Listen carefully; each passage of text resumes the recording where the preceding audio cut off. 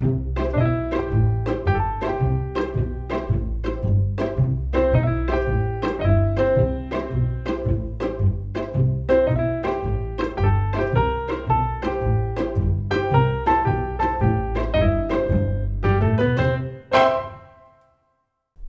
않은 지방살이, 만만치 않은 귀여살이, 할 말 많은 쥐들이 모여 떠드는 오디오 쇼. 시골지 귀엽지 지금 시작합니다. 안녕하세요, 쥐하다입니다. 안녕하세요, 지우십니다. 여러분 오랜만입니다. Long time no see. 갑작스럽게 지난주 휴방을 하는 바람에 네. 기다리셨던 분들은 좀 아쉽지 않으셨을까. 네, 심심한 사과의 말씀 전하고요. 뭐 어쩔 수 없었다. 근데 우리는 이제 일주일에 한 번씩 녹음을 하는 성실 쥐였다. 그동안. 그동안 약간 가라에 맞지 않게 지금까지 살아온 그 방향성과 맞지 않게 성실하게 지금까지 계속 매주 방송을 녹음해왔던 것이에요. 네, 이미 과했던 것이에요. 네, 무리였던 것이에요. 근데 결론부터 말씀드리자면 제가 원인이 되어서 지난주 방송을 쉬게 되었습니다. 사회가 원인 아니고? 뭐 복합적인 그러면 이제 부모 탓해야 되고 세상 탓, 나라 탓해야 되는데 뭐 그렇게까지 가지 않더라도 일단 직접적인 지난주 휴방 원인은 저였다. 굉장히 죄송하다는 말씀을 전해드리면서 주연님 그래서 우리도 좀 오랜만에 만나게 된 것 같아요. 그간 어떻게 지내셨나요? 뭐 오랜만에 그 방송을 쉬었다고는 하지만 뭐 중간에 간간히 보기는 했잖아요. 그렇죠. 연극도 받고 뭐 아무튼 그래서 뭐 저는 좋았습니다. 이게 사실 조금 눈치 게임이었잖아요. 그렇죠. 한번 어떻게 좀 쉬어 보고 싶은데 내가 원인이 되고 싶진 않은 그 마음으로 사실 서로 눈치를 좀 보고 있었던 것 같은데 제가 졌습니다. 제가 먼저 쉬어갑시다라고 말할 수밖에 없었고 괜찮습니다. 감사합니다. 얼마든지 쉬어도 됩니다. 우리는 이미 과하다. 오늘은 좀 지쳐 보이세요. 오늘 전에 녹음을 하고 왔거든요. 곧 나오는 신곡. 그 서울 여자를 사랑하면 안 돼의 이제 코러스 더블링을 하고 왔습니다. 저번에 메인인가 그거를 주보컬 녹음하셨다고 했는데 거기에 이제 얻는 음을 녹음하고 오신 건가요? 그 전에 했던 보컬들 중에서 뭔가 좀 이제 수정하고 싶다 그런 부분을 이제 수정을 하고 그리고 거기에 더불어서 예를 들면 그런 것이에요. 서울 여자를 사랑하면 안 돼. 안 돼. 트로트요? 그런 식의 뒤에 깔리는 보컬을 오늘 물론 방금 이렇게 하신 건 이제 예시를 드신 거지 실제로 음원이 그렇게 녹음되진 않죠? 아니요, 사실 들어갑니다. 진짜? 안돼가 들어간다고? 이거 굉장히 무대에서 흥을 돋우는 노래가 되겠네요. 저는 사실 그냥 장난처럼 한 건데 이제 그 디렉팅 하시는 분이 굉장히 마음에 들어하시면서 이거를 다 깔자 이렇게 했는데 그것만은 죄송하다. 맨 마지막에 넣어달라. 이렇게. 맨 마지막에 관객 호응을 이끌어내는 파트가 되겠네요. 그렇죠. 그래서 굉장한 스포일러. 그런 걸 하고 왔습니다. 뭐 이런 거 넣고 왔습니다. 이제 그러면 얼마나 남은 거예요? 아마 한 달 안에 나오지 않을까. 빠르면은 2-3주, 한 넉넉하게 하면은 한 달 정도. 이제 곧 지읒의 신곡. 조만간. 서울 여자를 사랑해선 안 돼. 기대됩니다. 그러고 왔습니다. 지하다님은 그동안 어떻게 지내셨나요? 왜 한숨부터 하십니까? 여러분 힘듭니다. 누가 우리 지하다를 힘들게 하노? 여러분, 삶이 힘드네요. 근데 이거 전파를 타고 나가는 건데 여러분께 부정적인 에너지를 드리고 싶진 않고 좀 그냥 개인적으로 힘들었고 뭐 키어라면 행복하신 키어분들 있으실 거예요. 그분들도 그분들의 삶이 있는 거니까 근데 일단 저는 좀 지난 한 2주 정도 힘들었고 뭐가 그렇게 힘들었노 지하다? 몰라. 집 밖으로 나오기가 너무 힘들었고요. 뭐 총체적으로 아무튼 좀 힘든 상황이었는데 뭐 괜찮습니다, 여러분. 이겨내고 지금 방송도 녹음하고 있고요. 근데 이겨내려고 하지 말고 힘들면은 쉽시다. 시골집 키웠지. 오늘 그럼 방송 마무리하는 걸로. 무기한 휴식 들어가는 걸로. 그래 이게 뭐 사실 우리 재밌자고 좋자고 하는 그렇지. 거지. 힘들면은 뭐 2주에 한 번, 한 달에 한 번 할 수도 있고. 뭐 그렇게 억지로 나온 건 아닙니다. 저도 이거 재밌어서 나온 거니까 뭐라도 하면 조금 에너지가 차오르지 않을까 싶어서 나온 것입니다. 네. 아무튼 별로 걱정은 안 하셔도 되고 알아서 잘 케어해 보겠습니다. 지하다를 위한 응원의 메시지 댓글로 남겨주세요. 그런 거 하지 마요. 그런 거 하지 마요. 그런 거 부담스러워하는 사람입니다. 그런 거 하지 마세요. 하지 말래. 취소. 취소해 주시고. 네. 지난주죠. 저희가 지난주 방송을 쉬어가지고 네. 바로 후기는 말씀을 못 드리게 됐는데 그 옆집 우주 연극을 함께 보지 않았습니까? 네. 갈림길의 선여자. 네, 갈림길의 선여자. 네. 그 무슨 행사였죠? 이게 세계 여성 공연 예술 축제. 네. 거기에 글로잉 아티스트로 이제 오른 그 무대인데 글로잉이 반짝반짝 빛난다는 뜻이지. 글로벌 플러스 윙인 줄 알았어요. 몰라요. 아니 그래서 나도 물어봤잖아. 그래서 그것을 보고 왔는데 네. 너무 재밌더라고요. 이거 못 보신 분들 진짜 후회하지 않을까? 진짜? 우리가 그렇게 귀띔을 했는데도. 그러게. 보라고 시골집 기어치 추천작이라고 이렇게 스토리에도 올리고 했는데 놓치신 분들 앞으로 이것이 재현이 될까요? 그러게 말입니다. 가까운 시일내는 아마도 힘들지 않을까? 진짜 서울로 가거나 아니면 근데 이건 진짜 시골쥐 감성이 있거든요. 맞아요. 네, 그래서 저희 방송에서 한번 진하게 언급을 했으면 좋겠고 다음에 언젠가 기회가 되면 이 작품 가지고 네네. 그래 여러분은 어떻게 보면 백상을 목전에 둔 그런 여성 극단의 어마어마한 공연을 놓친 걸 수도 있다. 진짜 엄청난 기회를 놓치신 거고 저희는 할 일을 다 했습니다. 여러분의 탓이에요. 이걸 놓친 것은. 아무튼 굉장히 인상 깊게 재밌게 봤고 각종 여성 예술가, 퀴어 관련한 지방인 이 모든 정체성에 대한 개그들이 쏟아졌단 말이죠. 사실 그런 식으로 조합된 정체성을 다루는 작품이 많지 않잖아요. 지방, 여성, 퀴어, 기타 등등 해가지고 이게 따로따로 떼어놓고 보면 되게 흔한 키워드라고 할 수도 있는데 이게 조합된 걸 다루는 그런 작품이나 캐릭터는 많지 않았던 기분이 들어가지고 그래서 옆집 우주가 굉장히 특별하다고 생각하고 저는. 맞아요. 그리고 그런 걸 다루면 왠지 모르게 서글퍼지잖아.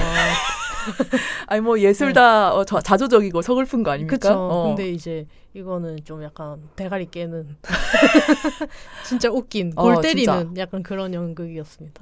그런 저변에 깔린 어떤 의미들을 다 그냥 사치하고서라도 그냥 극 자체가 너무 재밌고 웃겼어요. 네, 너무 유쾌한 60분이었고 오랜만에 저는 극 공연을 봤는데 정말 재밌게 보고 왔습니다.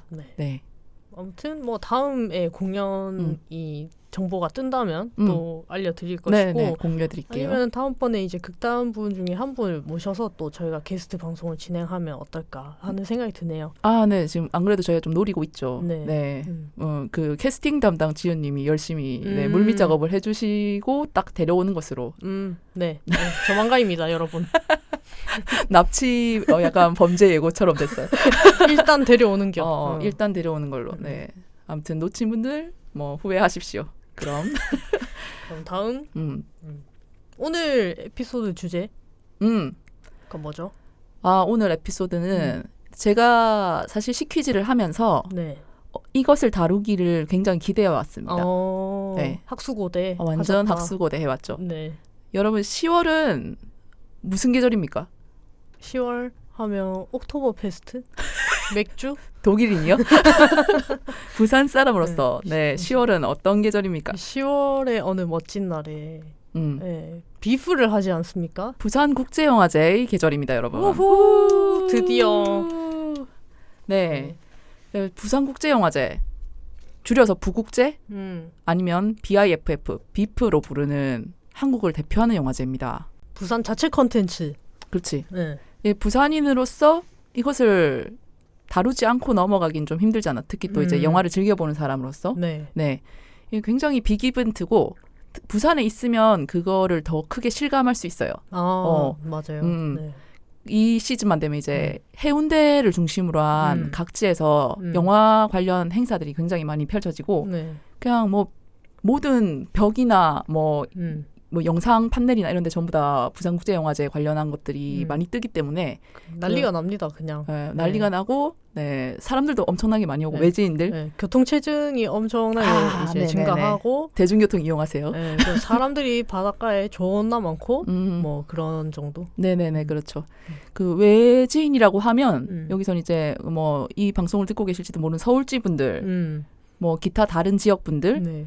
부산말을 안 쓰는 사람들. 그리고 심지어 외국인들이 굉장히 많이 그쵸. 오는 계절이고 이 부국제가 영화의 전당이 위치한 센텀시티가 중심지거든요. 네. 이게 펼쳐지는 곳이. 그래서 이 시즌에 센텀시티에 가면 백화점이 2개가 있지 않습니까? 센텀 네. 신세계 백화점과 롯데백화점인데 거기에 이제 낮에 가면은 영화제 시즌 안에 거기 가면은 뭐 거의 외국이에요. 스타벅스 간다? 외국인들 사이에 나 혼자 한국인 이런 상황도 왕왕 발생하는 편이거든요. 네. 그래서 굉장히 마음이 들뜨는 그런 계절, 그런 이벤트이다. 네. 그 부국제에 대해서 개인적인 어떤 에피소드나 이런 게 있으신가요, 주연님? 저는 사실은 그렇게 없는 편이긴 합니다. 근데 부산 사람이라서 어쩔 수 없이 이제 엮이는 거예요. 맞아요. 이 아우라에서 벗어나기는 힘들고 네. 안 엮이고 싶어도 이제 억지로 엮어 맞아. 나를. 이게 뭐냐면 제가 고등학교가 센텀에 있었거든요. 그래서 친구들은 막 뭐 정우성 왔다, 뭐 조인성 왔다 이렇게 해가지고 누구 보러 이제 야자를 째고 막 가요. 근데 나는 이제 뭐 별 관심이 없으니까 그냥 있는데 걔네들이 이제 갔다 오면 막 얘기를 하는 게 누구 얼굴이 진짜 조망만하더라. 송지효 진짜 예쁘더라. 막 오만 얘기를 막 다 해줍니다. 그래서 어떻게 보면 간접 경험을 이제 계속 하게 되는. 네. 근데 저는 막 영화를 막 그렇게 좋아하진 않았어요. 근데 주변에 영화를 좋아하는 사람들이 많고 또 제가 여성 퀴어 콘텐츠는 또 이제 의리로 다 이제 가서 소비를 하다 보니까 운동으로서 네, 소비를 하다 보니 약간 뭐랄까 그 대학원생이 어떤 한 그 과제에만 통달한 것처럼 네, 제가 여성 퀴어 관련 콘텐츠는 이제 약간 그 계보를 계속 잇고 오는 놓지 않는 계보의 끈을 놓지 않는 그냥 그 정도이고 막 제가 뭐 영화 자체에 뭐 보는 눈이 있고 어쩌고 저쩌고 그런 오타쿠적인 기질은 없는. 네. 좁고 깊게 파는 게 오타쿠입니다. 방금 님이 말씀하신 그런 여성 퀴어 영화의 계보를 따라왔다 이런 게. 근데 저는 이제 그거를 보고 좋았다. 이렇게 하면 끝이야.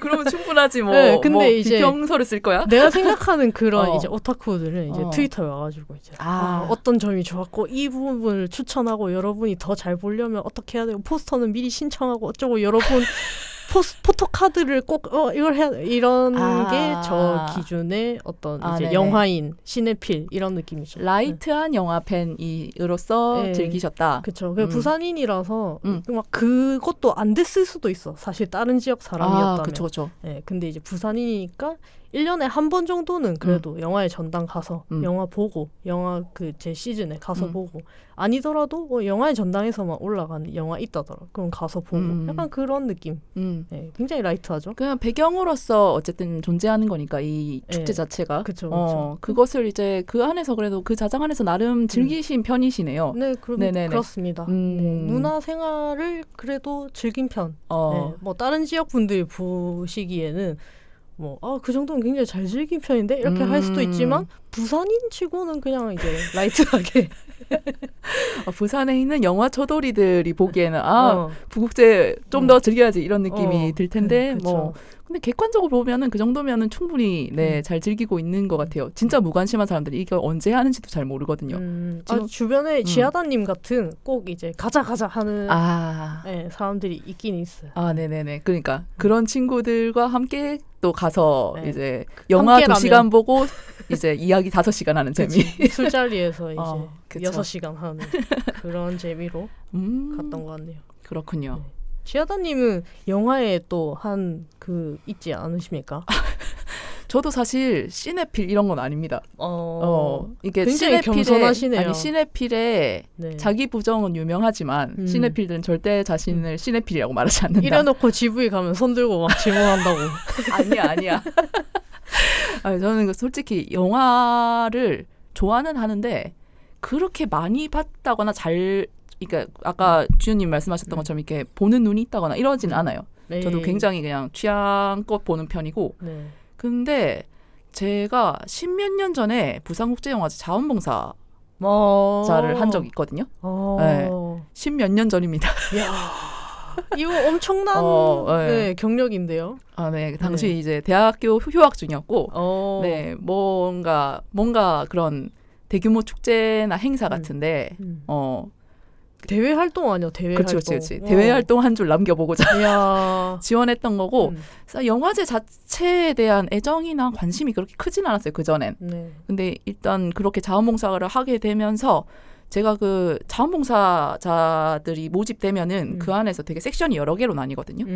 그 중에서 뭐 이제 굿즈 판매하는 친구들도 있고, 티켓 부스에서 티켓 파는 친구들도 있고, 뭐 이렇게 이벤트나 홍보 같은 거 이쪽으로 가는 친구도 있는데, 저는 그 부산국제영화제의 꽃 야외 상영장 출신입니다.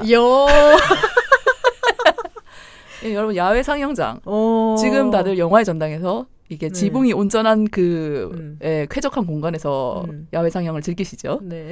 제가 자봉할 때 라떼는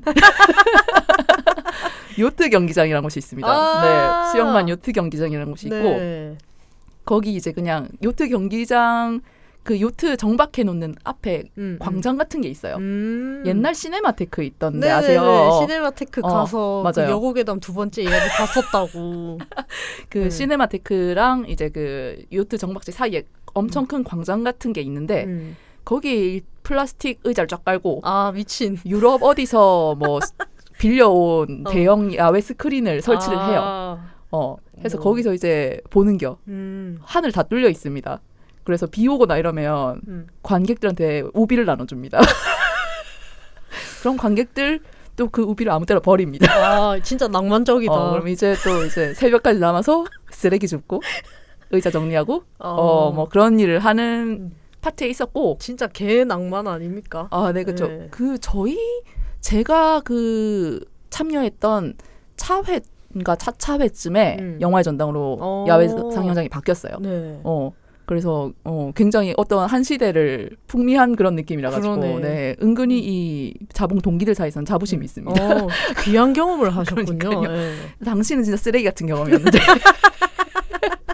진짜 말 그대로 쓰레기로 시작해서 쓰레기로 끝나는 하루를 보냈었거든요. 네. 뭐 잠도 진짜 많이 못 자고 그랬었는데 아무튼 그 자봉을 하면서 자봉에 참여한 사람들이 되게 다양한 연령대의 사람들이었는데 그들의 뭐 대부분이 영화광인 거예요.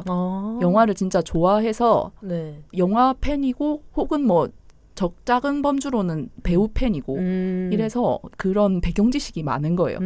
그래서 이제 마치고 우리 그 쓰레기 청소 다 하고 남아서 이제 컨테이너 같은 그 대기실에서 술을 까먹는단 말이죠. 네. 재밌겠다. 해서 거기서 이제 정리하고 이제 시간 되는 사람들끼리 남아가지고 몇십 명 남아가지고 술 까먹고 이러면서 얘기를 하는데 이제 거기 이제 영화제 스태프분들도 참여하시는 경우가 있고 그래서 그런 분들한테 영화제 얘기도 듣고 거기 이제 자봉하는 분들의 이제 각자의 영화관 이런 거를 들을 수 있는 자리가 있었단 말이죠. 그리고 그 이후에 이제 거기서 친해진 사람들이랑도 연락을 계속하고 지내는 경우가 있었는데 그분들도 이제 뭐 신작 영화 나오거나 볼만한 영화 나오면은 같이 보러 가자 이런 식으로 하게 되는 무리를 형성하게 된 것이에요. 그래서 거기에 이제 속하게 되면서 영화를 좀 이래저래 많이 보게 됐고 영화제 자체에 대한 애정도 확실히 생겨가지고 그렇겠네요. 그 이후에 이제 영화제를 본격적으로 다녔죠. 혼자든 그 친구들이랑 다니든. 그렇게 해서 그 이후에는 최소 5편은 보는 사람이 됐습니다. 영화제 상영 기간에. 최소 5편은 보고 제가 그 취업 직전에 가장 시간적 여유가 많았을 때는 그 영화제 기간 동안 20몇 편을 예매를 해서 제가 센텀에 하루 종일 있었어요. 그때는 현장 발매란 게 있어가지고 지금은 아마 없을 거예요. 그 우리가 피켓팅에 은근히 많이 피켓팅이거든요. 영화제 이제 화제작들 특히 GV라고 게스트 비짓 배우들이나 감독들이 와가지고 이제 무대 인사하거나 Q&A 타임 갖는 그런 상영 타임에는 진짜 표들이 엄청나게 빨리 팔립니다. 근데 그중에 20%인가 10%인가 아무튼 일부를 남겨놨다가 현장에서 판매를 했었어요. 그거를 이제 선착순으로 상영 당일 선착순으로 판매하는 그런 제도가 있었는데 이제 제가 인터넷 예매에서 패배했으면 이제 이 영화를 보기 위해서는 그 길밖에 없는 거죠. 현피 들어가는 거네. 그렇죠. 그래서 이 전날 이렇게 옹골차게 딱 잘 차려입고 노숙을 합니다. 네, 노숙을 합니다. 미쳤다. 거기 이제 영화의 전당에 그 비프 힐이라고 있어요. 거기에서 이제 그 현장 판매표를 팔았거든요. 그래서 거기 이제 그 화제작들을 보기 위해서 사람들이 그 전날 저녁밥 먹고 거기 다 줄을 섭니다. 앉아 있어요. 거의 뭐 애플 신상 발매일 이런 느낌으로 쭉 줄을 서서 거기서 막 이제 진짜 줄이 해가지고 뭐 이렇게 과자 까먹고 아니 이런데 시네필이 아니라고? 아니, 완전 얼리 어답터 아니야? 아니요. 그 한때 잠깐 진짜 많이 볼 때 그렇게 미쳐가지고 놓치고 싶지 않아가지고 그런 짓을 했었는데 아마 근데 그것이 올해인가는 없을 거예요. 예전 얼마 전에 없어졌나 아무튼 그 현장 발매하는 게 그 현장 판매표를 팔지 않게 돼서 이제 전부 다 100% 인터넷 예매만 가능하거든요. 그래서 뭐 이제 뭐 접근성 이런 문제 때문에 또 욕을 먹고 있는 것 같긴 하던데 그 아무튼 건강에 좋지 않은 일이긴 했어요. 네, 아무튼 그런 식으로 볼 정도로 되게 열심히 다녔던 기간이 있습니다. 그리고 그 중에서도 저도 지윤님처럼 여성 영화, 퀴어 영화, 여성 퀴어 영화 중심으로 굉장히 많이 찾아봤고 이것을 찾아내서 보고 이게 딱 잭팟이 터졌을 때 그 쾌감이 장난이 아니거든요. 그 희열. 변탱겨. 맞췄다. 내가 맞췄어. 너희 뭐 상상도 못했겠지만 나는 이걸 맞춰서 봤다. 그리고 여기에 상영되는 영화들이 월드 프리미어나 뭐 인터내셔널 프리미어라고 해가지고 한국 최초로 공개되는 거나 아니면 자국 외에 그 외국에 공개되는 게 처음이거나 아니면 아예 세계 전체에서 처음 공개되는 그 자리가 있는 그 자리가 되는 영화도 있거든요. 완전 최초 공개. 완전 최초 공개. 그리고 심지어 이제 상업적으로 개봉 전에 편집 중인 단계에 있는 그런 영화들도 있어서 나중에 그러니까 이게 이제 입소문을 타가지고 배급사를 잘 만나서 이제 개봉을 한다고 해도 내가 봤던 거랑 다른 버전일 가능성도 있는 거죠. 네, 그런 한정판적인 그 느낌이 또 미치게 사람들을 하네. 미치게 하는 거죠. 또 미치네 또. 그렇지. 아이고. 그래서 유명 영화 감독이나 배우가 나오는 그 프리미어판을 보기 위해서 이거를 노리는 분들도 많으시고 그러니까 난 못 기다리겠다 이거지. 정식 개봉할 때까지. 그런 경우도 있고 굉장히 평소엔 접하기 힘든 국가의 영화를 상영하는 경우도 많아요. 동유럽이나 아프리카나 동남아나 뭐 이런 쪽의 영화들을 상영을 하는데 그 안에 또 굉장히 보석 같은 것들이 있단 말이에요.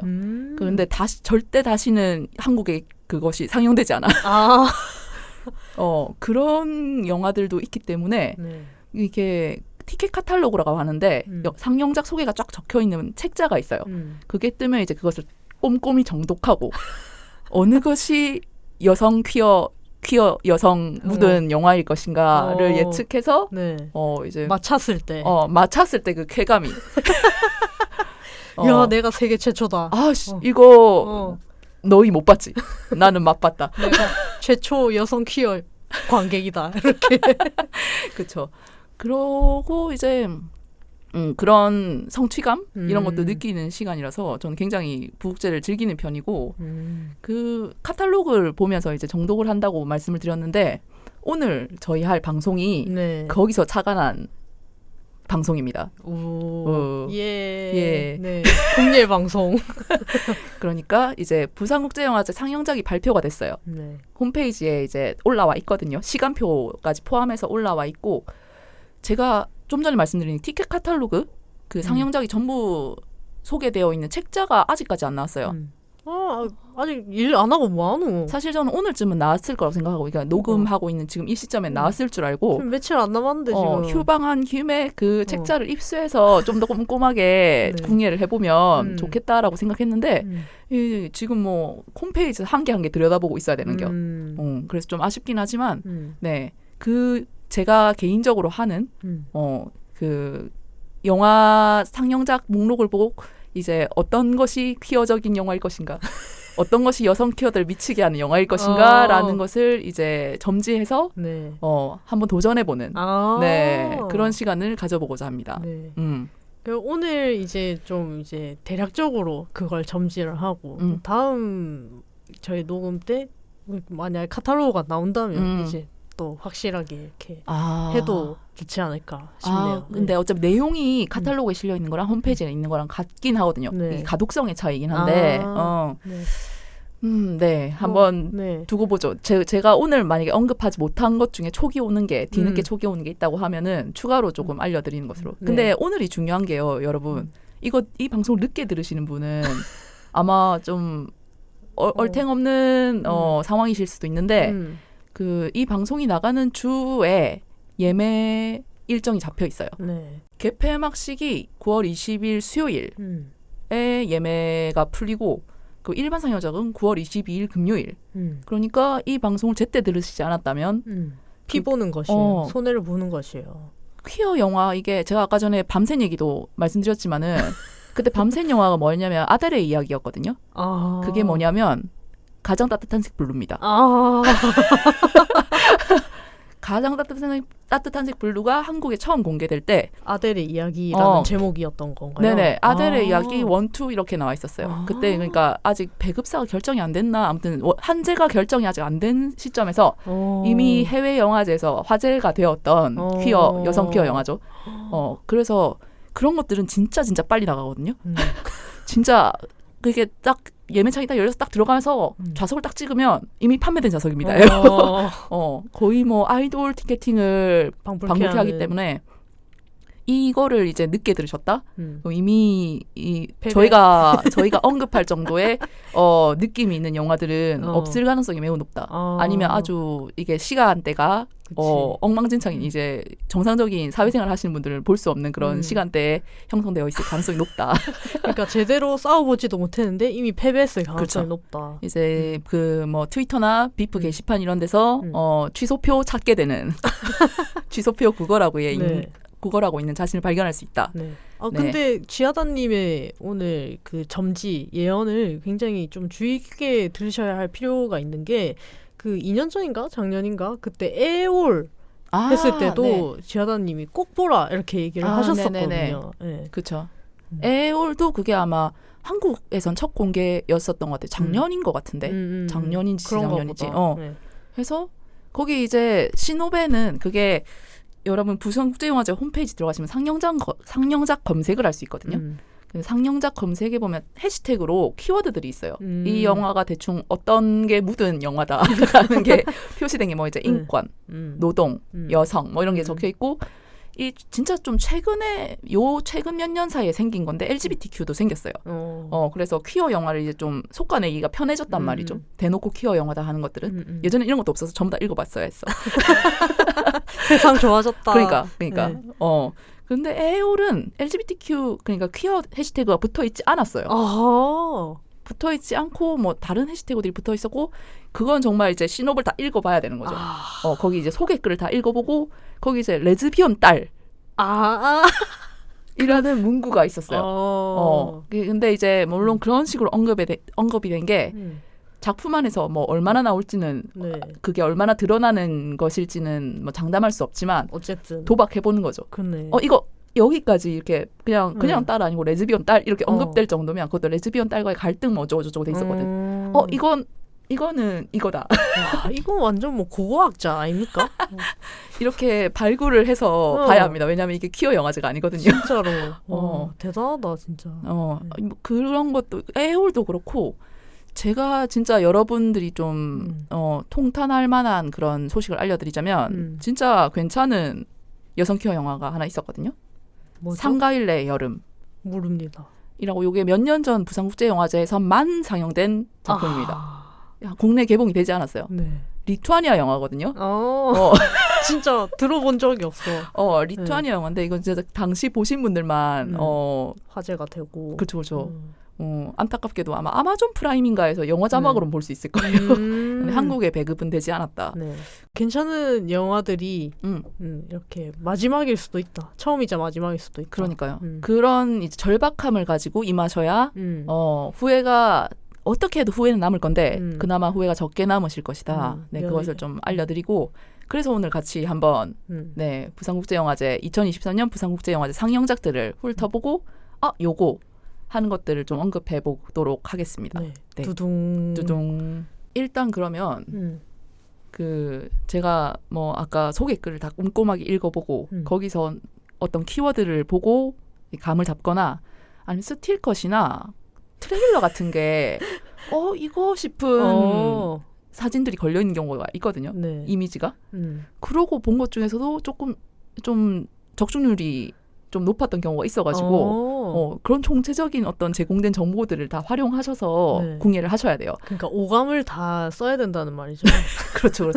그리고 이제 내 안에서 어떤 내 안의 예지 능력이 발휘될 수 있도록 네, 좀 자유롭게 다 이거저거를 다 파악해야 된다. 육감을 써야 된다는 말씀이시군요. 그렇죠. 제 육감까지 쓰셔야 된다. 근데 아까 말씀드렸지만 그 부산국제영화제 지금 카탈로그는 없지만 공식 상영작 요 메뉴에 들어가면은 네. 작품 검색, 해시태그 작품 검색이라는 메뉴가 있어요. 네. 여기 들어가시면 LGBTQ+라는 태그가 있거든요. 나이스. 네, 일단 여기 있는 거를 좀 목적으로 제일 목적으로 삼으시고 임하시면 어떨까 싶어요. 좀 우선적으로. 네네네. 이거는 어쨌든 이 비프 프로그래머들이 이 영화를 갖고 오면서 그치. 이 딱지를 붙인 거거든요. 그러니까. 실제로는 어떨지 몰라. 근데 어쨌든 이 프로그래머들이 판단하기에 이건 LGBTQ+ 영화다. 그러니까. 라고 일단 자기네들이 공인을 한 거기 때문에. 그러니까 이건 책임을 진다는 소리거든요. 그렇죠. 이건 책임 소지가 분명한 약간 보장된 목록이거든요. 그럼. 그래서 요것들 중에 이제 흥미가 가는 것들을 위주로 이제 예매를 하시면 될 거고 네. 이 중에서도 이제 님이 끌리는 게 있으실 거잖아요. 네. 여러분이 끌리시는 게 있을 건데 아주 높은 확률로 다른 사람도 그것을 갈망합니다. 네. 그래 이번에 지금 있죠. 네네, 이거 한 개씩 좀 언급을 해볼게요. 예, 알겠습니다. 그래서 일단 우선순위를 정해서 여성 키어인 거를 먼저 소개하고 그 뒤로 좀 빼면 좋을 것 같아요. 여성 키어로 추정되는 영화. 네, 이걸 다시 한번 말씀드리지만 저희가 여기서 언급하는 작품들이 모두 다 여성 퀴어 영화. 성공작? 그러니까 소위 말하는 지뢰가 아니라는 것을 보장할 수는 없습니다. 저희도. 네. 저도 이제 보고 이제 지뢰임을 보고 이제 깨닫는 경우도 많기 때문에. 네. 한 80% 정도는 그래도 보장하지 않을까. 네. 수치를 말하지 말자. 그럴까? 아무튼. 그래서 그 해시태그 LGBTQ+에 있는 것 중에 역시 단연 기대작은 이겁니다. 녹야. 그린 나이트. 그린 나이트입니다. 네. 라이트 아니고 그린 나이트. 네. 누가 나오죠? 이게 지금 판빙빙이랑 이주영이 나옵니다. 미친 거 아니에요? 이미 끝입니다. 끝. 작살입니다. 더 이상 소개가 필요 없지 않을까요? 그냥 이 둘이 같은 한 화면에 나온다고? 라인업이 일단 아무리 우리를 배신해도 이미 배신하지 않았어요. 지금 일단 미적인 영상미 일단 보장되는 것 확실하고 이 녹야에 붙어있는 해시태그들을 보면 LGBTQ+가 붙어있는 건 아까도 말씀드렸고 여행 로드무비, 범죄 폭력, 심리 미스터리 서스펜스 스릴러, 여성, 분노 복수, 인권 노동 사회까지 챙기고 있습니다. 미쳤다. 네. 이거는 재미없을 수가 없다. 네. 그리고 지금 여기 홈페이지 들어가면 스틸컷이 있는데 스틸컷이 이미 겁나 미쳤다. 입맛이 싹 도는. 일단 판빙빙이 오토바이를 이제 헬멧을 쓰고 몰고 있는데 그 뒷좌석에 탄 사람이 누군 줄 아느냐 여러분. 이주영이다. 그것도 녹색 그 머리를 하고 그렇다. 염색머리 탈색머리를 하고 지금 뒷좌석에 앉은 사람이 이주영이다. 둘 다 지금 눈망울이 또 지금 장난이 아니다. 네, 지금 거리를 하염없이 달리고 있는 곳이에요. 네, 여기 여행 로드무비라는 또 키워드가 주 키워드로 들어가 있잖아요. 이거 시놉시스를 좀 읽어볼게요. 네. 인천항 여객터미널 검색대에서 일하는 진샤는 어느 날 묘하게 시선을 끄는 초록머리 여자를 만난다. 아, 그게 이주영인 거죠? 진샤가 그러니까 판빙빙인 거죠. 네. 남편으로부터 벗어나기 위해 돈이 필요했던 진샤는 마약 밀매상 화교 동의 애인이자 운반책인 초록머리와 함께 모험에 뛰어들기로 한다. 근데 초록머리는 이름이 없나? 자꾸 초록머리로 나오네. 처음에는 이제 이 초록머리 약간 이런 식으로 부르고 점점 관심이 생기면 너 이름 뭐냐? 누구야? 이렇게 그때부터 소중해지는 그런 거 아닐까. 이름이 초록머리는 아니겠죠. 그리고 일단 그 남편으로부터 벗어나는 설정이 이 공동의 적이 설정이 그렇죠. 되어 있네요. 깔끔하네요. 유구한 그 여성 서사에 나오는 폭력 남편, 네, 도망치고 싶은 남편, 죽이고 싶은 남편. 네, 캐롤도 마찬가지였죠. 그렇죠. 델마 루이스도 그렇고요. 네. 네. 그래서 아무튼. 이런 것들이 굉장히 아는 맛이 있는 맛이지 않나. 고전에 가깝다. 이 어떻게든 이 여성이 새로운 삶으로 탈출을 해야 될 필요성을 딱 설정해 주는 거거든요. 네. 그것을 딱 깔아놓고 이제 그 새로운 삶 여자와 함께한다. 그런 전개로 가는 네. 나이스. 네, 그것입니다. 네. 계속 읽어볼게요. 네. 그래서 예측 불가능하고 자유분방한 초록머리는 자꾸 멈춰서려는 진샤를 이끌어 조금씩 앞으로 나가게 한다. 거의 뭐 아가씨죠. 네. 사춘기 소녀의 미묘하고 섬세한 감정을 그린 데뷔작 희미한 여름으로 2020년 부산국제영화제 뉴커런츠에서 초청되어 피프레시상을 수상했던 한슈아이 감독은 두 번째 장편으로 여성 로드무비를 택했다. 판빙빙과 이주영 두 배우가 주인공을 맡아 경제적 빈곤과 성폭력에 노출된 두 여성의 연대기를 매력적으로 그려내었다. 녹야는 2023 베를린 영화제 파노라마 부분에 초청되었다. 라고 하고 네. 감독이 감독님이 한슈아이 감독님이 이제 밑에 사진이 있는데 네. 그죠. 네. 예. 한슈아이 감독이 중국 감독이죠. 네, 중국 영화 감독이자 시나리오 작가라고 하시네요. 중국의 변영준 거지. 근데 과언이 아니네요. 아니 근데 지금 뭐지? 선글라스 끼고 지금 이거 하고 있잖아요. 마이크 저거. 예. 저거 한 거는 약간 한채웅 같다. 약간 운동하시는 분 같은 느낌. 예. 근데 일단 감독님 관상도 일단 이 영화에 대한 기대감 증폭시킨다. 근데 감독님 제가 봤을 때 굉장히 야망갑니다. 어떤 점에서요? 성공하고 싶어서 지금 안달이 났어요. 필요한 정신이죠. 성공을 위한. 아니 여성 로드무비인데 판빙빙이랑 이주영 그리고 둘 다 상처받고 거리를 내달리는 이거는 그냥 빨리 상을 타고 싶다는 거지 그냥. 받으셨으면 좋겠다. 그 정도의 좋은 작품이길 바래요. 일단 이것까지 봐서는 이게 등장하는 배우나 감독님이나 이 스토리 대충 소개돼 있는 거 요거까지만 봐서는 이게 진짜 명작일지 걸작일지 걸작이 아니기 좀 힘들 것 같은데 이걸 이제 망쳐놓으면 더 분노가 극심해지는 거죠. 그래서 제가 봤을 때는 이분은 어떻게 보면 쉬운 길을 택하셨기 때문에 이제 우리의 어떤 기대를 충족을 해야 될 것이다. 기대치의 천장을 때려야 유리 천장을 깨야 돼. 그렇지. 우리가 지금 뭘 기대하고 있든 그것을 넘어야 할 것이다. 그럼.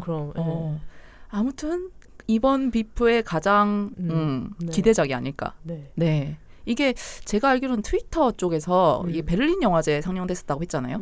베를린 영화제 선정됐을 때도 좀 화제가 됐던 걸로 기억해요. 이주영 판빙빙 화제가 되지 않기 뭐라고 해야 되나 화제가 되지 않을 수 없는 그런 조합이긴 하니까 그래서 그때 이렇게 막 떠들썩했던 게 좀 기억이 남아서 아마 여성 퀴어 분들이 이 영화에 몰릴 가능성이 굉장히 높다. 가면 이제 뭐 거의 번개. 그렇죠. 거기서 모임하겠지 또 서로 야루고 또. 평화롭게 영화를 봅시다. 네. 근데 가면은 이런 기대작인 퀴어 영화 이게 상영관에 들어가면은 네, 뭐 어쩔 수 없어요. 레즈 클럽 느낌입니다. 그리고 굉장히 놀라운 건 되게 연령층도 다양해요. 되게 고등학생 정도로 보이는 분들부터 그 진짜 할머니 정도로 보이는 분들까지 굉장히 다양하게 와서 즐기시거든요. 네. 그래서 그런 다양한 여성들과 함께 여성 퀴어 영화를 즐기는 또 재미도 부산국제영화제에서 얻으실 수 있다. 네. 근데 꼭 퀴어는 아저씨들도 꼭 한 명씩 있어. 아, 그렇죠. 특히 GV 때 항상 첫 질문 누가 합니까? 아저씨들이 합니다. 진짜 눈치 없는 아저씨나 혹은 영화를 공부하는 남성 영화 학도가 무슨 과 몇 학번인지 꼭 밝히고 질문을 하는. 네. 그래 항상 영화 잘 봤고요. 이렇게 시작합니다. 그래놓고 이제 퀴어 영화 자기가 선택해서 봐놓고 퀴어인지 아닌지 이게 뭐 무슨 뜻인지 둘이서 어쩌고 했는데 이게 무슨 뜻인지 꼭 물어보는 눈치 없는 새끼들이 꼭 한 명씩 있습니다. 맞아요. 물을 흐리는 역할을 맨 처음에 하는 그들이 저는 정말로 싫고 사람들 존나 째려보는데도 모르고. 아니죠. 그런 시선을 즐기기 위해 돌아다니는 사람이 아닐까라는 생각이 들 정도로 그분들의 이제 관심을 받고 싶은 욕구가 충족되는 그런 시기가 아닌가 싶고 먹금하고 바로 넘어가야 돼요. 그래서 맞아. 이제 그래서 좀 관록 있는 진행자분들은 네 하고 짧게 답변 치고 이제 바로 다음 분 이렇게 넘어간단 말이죠. 그래서 저는 사실 GV는 잘 참여를 안 하는 편이에요. 왜죠? 저는 일단 거기서 느낀 어떤 감상이나 이런 거를 거기 창작자가 앉아 있는 거잖아요. 배우든 감독이든 어쨌든 그걸 표현한 어떤 의도를 가지고 표현한 사람이 앉아 있는 건데 그게 내가 생각한 것과 맞냐 아니냐를 확인하고 싶잖아요.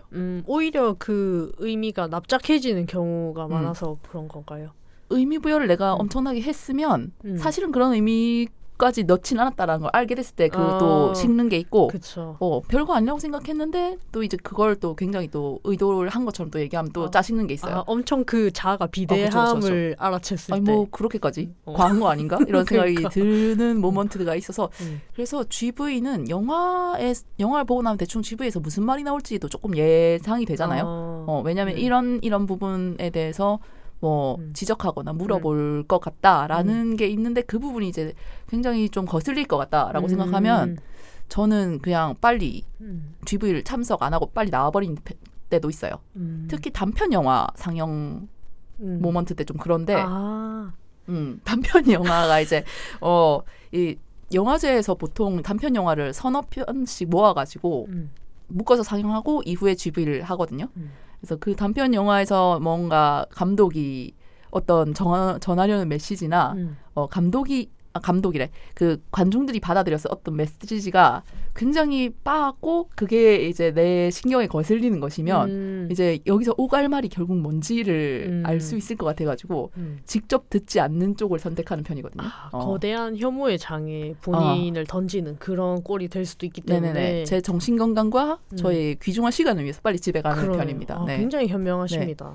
해서 GV는 저는 되게 관람하는 입장으로 끝까지 임하는 편이에요. 있는다고 해도. 그래서 사람들이 어떻게 봤는지 궁금해서. 인간군상을 구경하기 나는 이렇게 봤는데 딴 사람들은 어떻게 봤는지 궁금해서 이제 있는 거고 그리고 그 GV 현장에서 보통 이 영화가 최초 공개거나 한 경우가 많다고 했잖아요. 그 감독과 배우들의 그 긴장하고 설레하는 그 모습이 좋아요. 너무 좀 변태 같은데 이 얘기하고 나니까 그냥 그런 분위기들이 총체적으로 만들어낸 어떤 공기가 좋아서 있는 편입니다. 제가 벌새 프리미어 때도 부국제에서 벌새를 봤었거든요. 그때도 이제 배우랑 감독님이 오셔가지고 이게 GV 하다가 펑펑 우셨어요. 진짜 재밌었겠다. 볼만했겠다.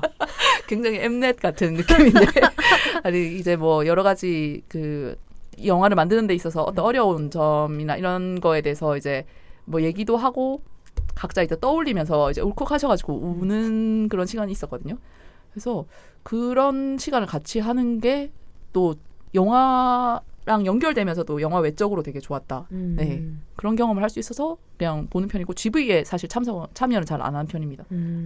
제가 또 이제 뭐 순수하게 했지만 누군가에게 빠은 질문, 상처받는 질문이 되는 것도 싫고 저의 그 자아를 거기 자랑하고 싶지 않아서 난 이렇게 생각했는데. 근데 저도 한번 해봤더니 안 하는 게 좋은 것 같습니다. 그렇죠. 네. 그 뭐 나중에 네이버 리뷰 이런 데 쓰면 돼요. 굳이 거기서 창작자들과 직접 소통을 할 필요가 없어. 어쨌든 해석은 우리 거니까 그게 좋은 것 같습니다. 뭐 요새는 또 GV를 오픈 채팅으로 하고 한때 코로나가 그쵸. 극심했을 시기에 네. 이제 거기서 이제 감독들이 질문을 골라서 읽어주니까 그때는 굉장히 좋았던 것 같아요. 그 편이 나은 것 같기도 하네요. 네. 진행을 굉장히 잘하시는 분이라면 그러니까 약간 사람들끼리 말로 티키타카 하는 게 재밌기는 하지만 오히려 그 내용의 어떤 그 뭐라 해야 되지? 질을 생각했을 때는 그 점이 더 좋았던 것 같기도 합니다. 맞습니다. 네. 그 영화가 훌륭하고 관객까지 훌륭하긴 또 힘들어요. 둘 중 하나는 엉망진창이기 마련이고 그런 경우가 사실은 더 확률적으로 높기 때문에 많기 때문에 네, 뭐 그런 부분까지 다 총체적으로 기대를 크게 해서는 안 된다고 저는 생각을 하고는 있습니다. 굉장히 명언입니다. 뼈에 새기겠습니다. 그리고 또 저희의 기대작.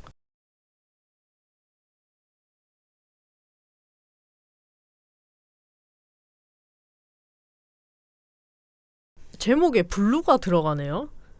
네. Song Blue. 네. 상영작 이름은 블루송이고요. 네. 요거는 해시태그가 어떤 게 붙어있냐고 하면 가족, 아동, LGBTQ+, 사랑, 연애, 로맨스, 성장, 영화, 청춘, 여성 이렇게 붙어 있습니다. 청래라는 거지 한마디로. 아주 딱 간결하게 요약해 주셨는데 그렇죠.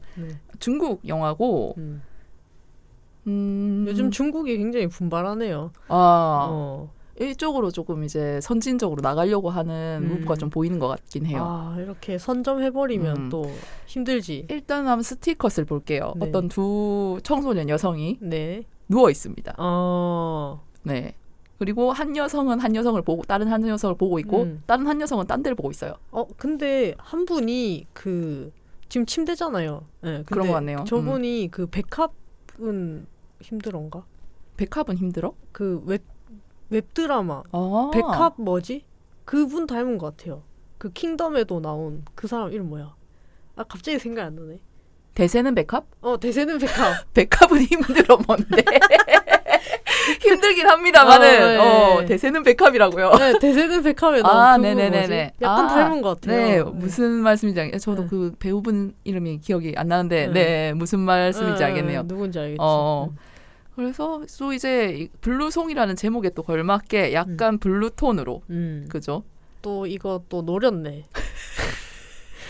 가장 갖다불 이거 노렸네. 블루 레즈비언의 색이다. 아니 왜 근데 어쩌다가 언제부터 블루가 레즈비언의 색이 된 거죠? 모르겠는데 어울리긴 합니다. 이 뭔가 그런 여성 키워드의 서사와 파란색이랑 게 좀 어울리긴 하는 것 같아요. 오늘 지하다님도 파란색 옷 입으셨네. 진짜 미치겠네. 진짜. 너무 그렇게 지적하면 내가 뭐가 됩니까? 아무튼 이것도 한번 소개글 읽어볼게요. 2010년대 초 중국 하얼빈 15살 시에는 의사인 엄마가 1년간 아프리카로 일하러 가면서 소원하게 지내온 아빠와 함께 살게 된다. 최악의 여름이 될 것이라는 시엔의 예상은 아빠의 작은 사진관에서 매력적인 밍메이를 만나면서 전혀 다른 방향으로 흘러간다. 여름이었다. 그거네요. 이 또 계절 하나의 여성 한 명 이렇게 계절 하나의 여성 한 명 무슨 말이에요? 그렇게 아로색인다면 네네네. 그게 영화죠. 여성 성정 드라마인 블루송은 다른 여성에 대한 10대 소녀의 낭만적 열정과 아련한 향수의 정서로 가득하다. 시엔의 조용하고 외로운 세계에 강렬한 밍메이가 들어온 것처럼 아쿠아마린 블루로 채워진 영화의 톤은 밍메이가 프레임에 들어올 때마다 강렬한 붉은색 악센트를 찍으며 몽환적인 분위기를 연출한다. 영화에서 사진은 중요한 위상을 차지하는데 사진은 추억을 담는 장소일 뿐 아니라 쉽게 드러낼 수 없는 매혹과 관망, 감추어진 감정을 담는 렌즈이기도 하다. 또 레즈비언 영화 특징이 한쪽이 꼭 사진을 찍어요. 사진을 그렇게 찍습니다. 병입니다, 병. 어떻게든 이거 사진을 찍거나 그림을 그리거나 아무튼 그 순간을 자꾸 어떤 프레임에 담고 싶어해요. 변태입니다, 변태. 네. 그리고 그것을 빙자해서 계속 상대를 지켜보고 싶어해요. 네. 이 음습함의 전통을 잇는 그런 작품이라고 할 수 있겠네요. 진짜 음침. 네. 감독님은 긍즈한이라는 분인데 96년생이세요. 베이징 출생의. 그렇군요. 그래서 장편 영화는 별로 많이 연출 안 하신 것 같은데 네, 장편 데뷔작이네요. 칸 영화제 감독 주간에 초청까지 됐답니다. 이 영화가. 이분도 굉장히 빨리 성공하고 싶으신 타입인가 보다. 근데 퀴어 영화가 진짜 뭐 아니면 도 아닌가요? 네, 근데 어쨌든 뭐 아니면 도라는 것에 대해서 다른 어떤 일반 영화는 그냥 아무것도 아닌, 그저 아무것도 아닌 영화 1. 독에 걸류신데 네, 그렇게 될 가능성이 굉장히 높은데 퀴어 영화라고 하면은 일단 야 퀴어 묻었단다. 가서 무 보자 이렇게 우리가 가서 또 암냠냠 먹어보고 이렇게 하기 때문에 뭐 아니면 도라는 점에서 확률이 굉장히 높지 않나. 50%가 아니라. 뭐 아니면 도가 50대 50이라는 전제 아래. 그렇죠. 그래서 네, 이분의 어쨌든 장편 데뷔작이라고 하고 앞으로의 작품 활동이 기대가 되면서도 네, 이 영화를 보고 이제 그 기대의 방향성을 좀 잡아봐야 될 것 같네요. 근데 저는 사실 개인적으로 이런 영화들을 이런 영화들이 조금 지쳐있긴 합니다. 네. 어떤 말씀인지 알겠어요. 저도 좀 동의하거든요, 거기에. 그러니까 첫사랑, 네네네. 그리고 몽환. 네, 여름이었다. 네. 그러고 이제 또 그냥 약간 슬프고 아무것도 아닌 걸로 끝나버리는. 절대 안 이루어지죠. 네. 네. 뭐 누가 전학 가거나 죽거나 합니다. 그러니까 좀 제발 좀 안 그랬으면 좋겠고 이제 그만했으면 좋겠는. 이게 참 일단. 네. 또 이런 영화의 특징은 또 질질 끕니다. 자기의 감정에 그렇죠. 이제 취해 있고 충분히 배설해야 되기 때문에 관객도 그 시간 속에 머물러야 돼요. 맞아요. 그래서 너무 힘듭니다. 약간 질식할 것 같은 순간을 자꾸 만들어내죠. 네. 그리고 이런 영화는 높은 확률로 제가 이거 좀 궁예를 해보자면 수영할 거예요.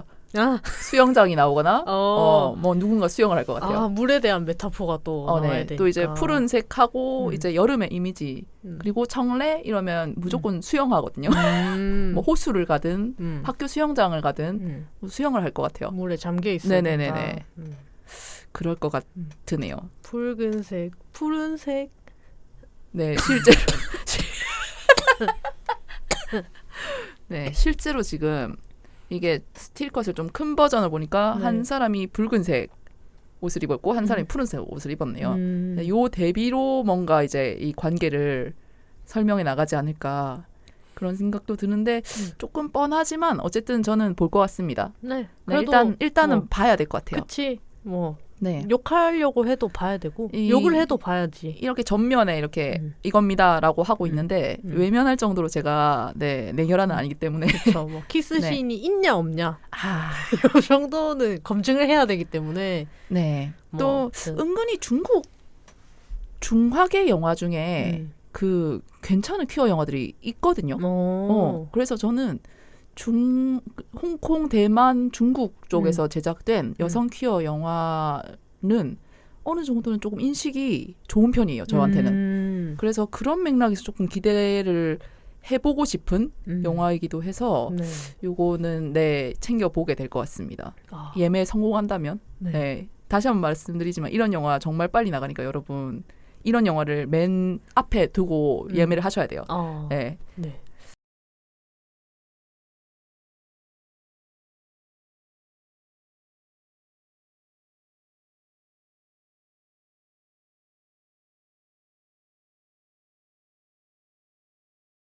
네. 그리고 세 번째 언급하고 싶은 영화는 솔리드 바이 더 시라는 영화고 타이 영화고 타이? 타일랜드. 죄송합니다. 타이 아니고 타이 영화이고 여기 붙어 있는 해시태그는 LGBTQ+, 여행 로드무비, 사랑 연애 로맨스, 여성, 인권 노동 사회, 예술 예술가. 이렇게 다 있네요. 이게 넣을 수 있는 거 다 넣은 것 같은데. 퀴어 영화 약간 그 어떤 정석적인 종합 선물 세트 같은 느낌으로 이게 다 갖춰져 있고 삶이네요, 삶. 그래서 이 키워드 빼고 우리가 우리의 삶을 설명할 수 있을 것인가. 요거 소개글 좀 읽어보겠습니다. 일단 그 소개글 말씀드리기 전에 스틸컷을 보면 이렇게 조금 히잡일까요? 뭐라고 해야 스카프라고 해야 될까? 한 분은 이제 머리를 이렇게 가리고 있고 한 사람은 이제 단머분해요. 지금 체크 셔츠를 입었고 네, 탈색 머리를 했는데 네, 그리고 지금 눈빛이 아주 꼬롬하죠. 네, 지금 완전 단발머리 붙입니다. 완전히 이제 그 앞에 있는 조금 전통 의상에 가까운 여성을 아주 꼬롬한 눈으로 보고 있고 눈으로 핥고 있다 지금. 네, 그리고 그 약간 앞에 있는 여성은 이제 수주분들 눈을 깔고 있어요. 그리고 살짝 미소를 띠고 있는 그런 형상. 그리고 배경은 어촌 마을처럼 보이고요. 네. 그래서 소개글을 그러면 이제 읽어볼게요. 굉장히 좋네요. 태국 남부의 작은 마을, 침식되어가는 해변을 보호하기 위해 여러 가지 인공 구조물이 세워지고 있다.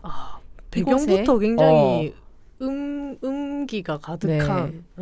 그래서 솔리드 바이 더 씨인가 봐요. 인공 구조물들이 이제 해변에 이렇게 막 세워지고 있는 거죠. 그러네요. 이곳에 시각예술가 폰이 새로운 미술 전시회 개막을 위해 찾아온다. 숙소를 안내해준 샤티는 그녀에게 호기심과 호감을 갖기 시작한다. 하지만 두 사람이 가까워질수록 동성관계를 금지하는 전통적인 배경에 샤티의 내적 갈등이 심화된다. 어린 시절 할머니가 들려준 이야기에 나오는 이상한 사건들이 일어나고 현실과 환상의 경계가 모호해진다.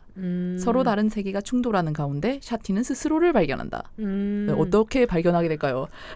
굉장히 요소들이 많네요. 보니까 이제 환상의 나라도 나오고 자아 성찰도 해야 되고 전통사회도 나오고 미대생도 나오는데 이게 심지어 어촌마을에서 벌어진다는 게 그것도 침식되어가는 해변의 어촌마을입니다. 이게 근데 이 영화 안에서 다 드러날 수 있을까? 이게 좀 요소들이 굉장히 많아서 약간은 걱정되는? 네. 하지만 타이 영화 그리고 타이 여성 퀴어 영화 이거 아마 국내에서 정식 개봉되는 것이 좀 힘들 수 있는 속성을 가진 영화이기 때문에 빨리 쫓아가서 봐야 된다. 이게 뭐 쓰든 맵든 간에 일단은 먹어봐야 되지 않나라는 것이 저의 의견입니다. 네. 그리고 뭐 오히려 좋을 수도 있다. 모르지. 먹어보기 전에는 정말 또 놓쳐버린다면 이제 영영 후회할 그런 띵작일 수도 있거든요. 그렇죠. 모래알처럼 영영 잡지 못할 수도 있습니다. 다 침식되어 버릴 수가 있어요. 네. 그래서 이제 전통적인 어떤 가치를 수호하는 그리고 그런 배경을 가진 여성과 이제 현대 여성 도시에서 온 예술하는 여성 간의 어떤 감정적인 교류, 갈등 이런 걸 그린 것 같고 그 배경이 이제 어떤 이런 어촌 마을이고 그 과정에서 이상한 사건들이 일어나고 뭐 이렇게 환상과 현실이 왔다 갔다 한다라는 것 같은데 네, 흥미로운 것 같습니다. 네. 이 감독은 파티판 분타리라는 남자분이신 것 같아요. 네, 지금 수염이나 콧수염이 있거든요. 약간 김조한 풍의 마스크를 하고 계시는데 이것도 이 감독의 첫 번째 장편 연출작이라고 합니다. 네. 근데 이 남자 감독이 어떻게 연출을 했다고 하면은 그것도 백합물을 했다고 하면은 이것도 참 뭐 아니면 도거든요.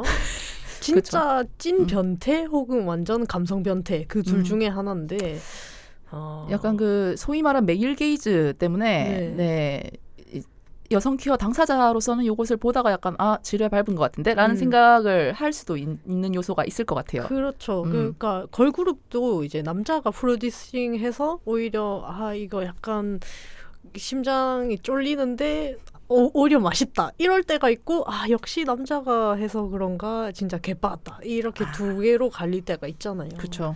이 영화도 굉장히 감성적이거나 완전 감성 변태라서 아니면은 진짜 그냥 변태라서 퇴퇴 이렇게 해버릴 수 있는 그럴 가능성이 있네요. 어느 쪽일지는 역시 봐야만 알 수 있습니다. 그렇습니다. 욕을 하더라도 봐야 욕을 하지. 그래서 저는 챙겨볼 듯하네요. 네.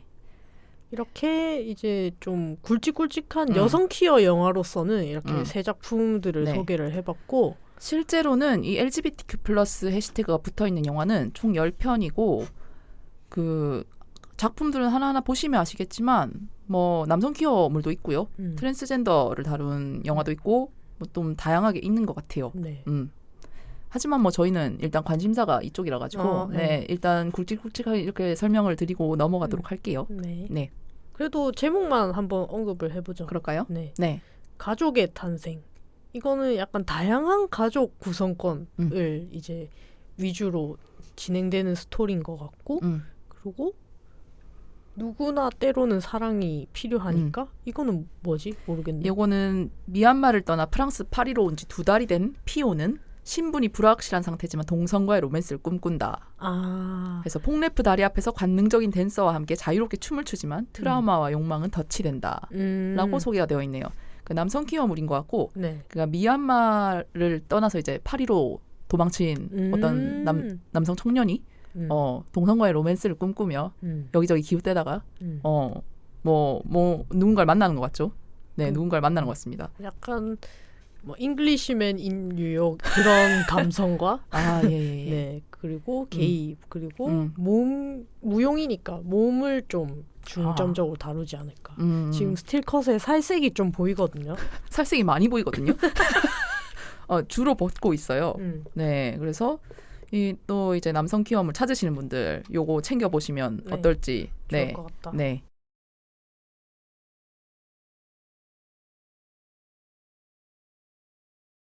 그리고 도이보이. 네. 이거는 제가 프로그램 노트를 봤는데 동성애라기보다는 동성애를 소재로 한 그런 배경이 많아서 동성애 물인지는 잘 모르겠어요.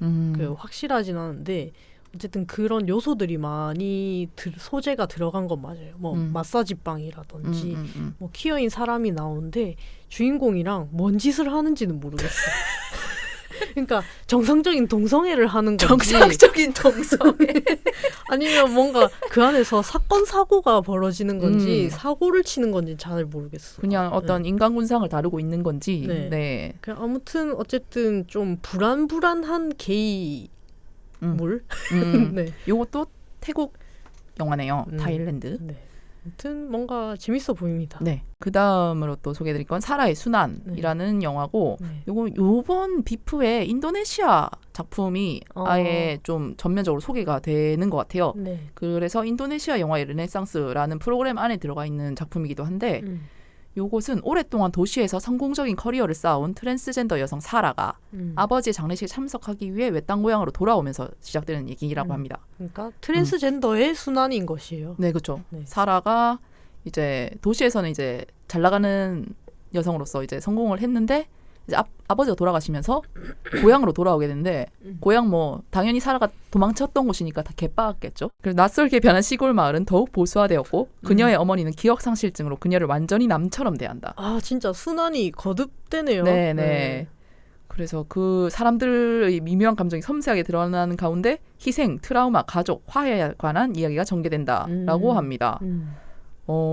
이제 총체적 난국에 처한 사라의 순환 진짜. 사라를 얼마나 힘들게 할 건가. 전 사실 퀴어 영화의 순환이 전면적으로 이제 다루어지는 거는 이제 슬슬 보기 괴롭긴 하거든요. 약간 근데 제목부터 순환이라서 벌써 순환이야 지금. 사실 이거 정식 제목 그냥 사라거든요. 근데 한국어로 이렇게 하면서 사라의 순환. 이게 사라가 어떤 것을 겪을지를 미리 약간 알러트를 줘야 될 것 같으니까. 그러니까 이 프로그래머가 보기에도 순환이었던 거야. 보기에도 순환이었던 거야. 이거. 이 작품이 근데 좀 독특한 게 해시태그에 종교 심령이 들어가 있습니다. 여기 종교 관련한 어떤 보수적인 어떤 마을이니까 거기에 어떤 토속 종교나 이런 것이 좀 스토리에 주요한 역할을 하는 건지 아니면 정말로 뭐 유령이라도 나오는 건지. 또 심령 이러니까 지하더님이 굉장히 싹 꽂히셨네요. 지금. 이런 음습한 거 좋아합니다. 근데 순환은 싫어요. 그래서 사라의 순환 관심 있으신 분들은 한번 챙겨보시기 바라고. 다음에 또 소개드릴 영화는 마찬가지로 인도네시아 영화고 제목은 야생화가 꽃피는 이고 여기 붙어있는 해시태그에도 종교 심령이 있어요. 인도네시아 영화들의 종교 심령 태그가 붙은 영화들이 많은 걸까요? 아니면 LGBTQ 쪽에만 이게 붙은 걸까요? 모르겠는데 이 인도네시아가 아무래도 종교적 색채가 강해서 그런 것 같습니다. 약간 일상적이지 않을까. 소재로서도 아무래도 다뤄지는 부분이 많은 것 같아요. 요거는 소개 글을 읽어보자면 아디트야는 힌두교 아슈람에서 카리스마 넘치는 정신적인 지도자인 그루 바구스를 모시는 개인 비서다. 그는 새로 들어온 순진한 수료생에게 감정이 끌리지만 힘과 권위를 위시한 착취 구조에는 무력하다. 이 약간 사회 고발적인, 조직 고발적인 그런 영화이면서도 이제 그 안에서의 어떤 남성들끼리의 로맨스 이런 게 좀 드러나는 모양이네요. 그 우리나라로 치면은 이제 군대 안에서의 동성애에 가깝지 않을까. 그러네. 이게 어떤 구루를 중심으로 종교 수련 단체 이런 안에서 그거의 인도네시아 버전. 그러네. 이게 또 약간 권력 관계도 있는 것 같고요. 이게 구루의 개인 비서가 새로운 순진한 수련생에게 마음이 끌린다고 하니까 네. 위험한 스멜이 납니다. 위험한 스멜이 나고 이것도 네 살색이 많으네요. 네. 네. 사람들이 이제 빡빡머리를 하고 혹은 터번을 쓰고 네. 윗옷을 벗고 네. 수행을 하고 있네요.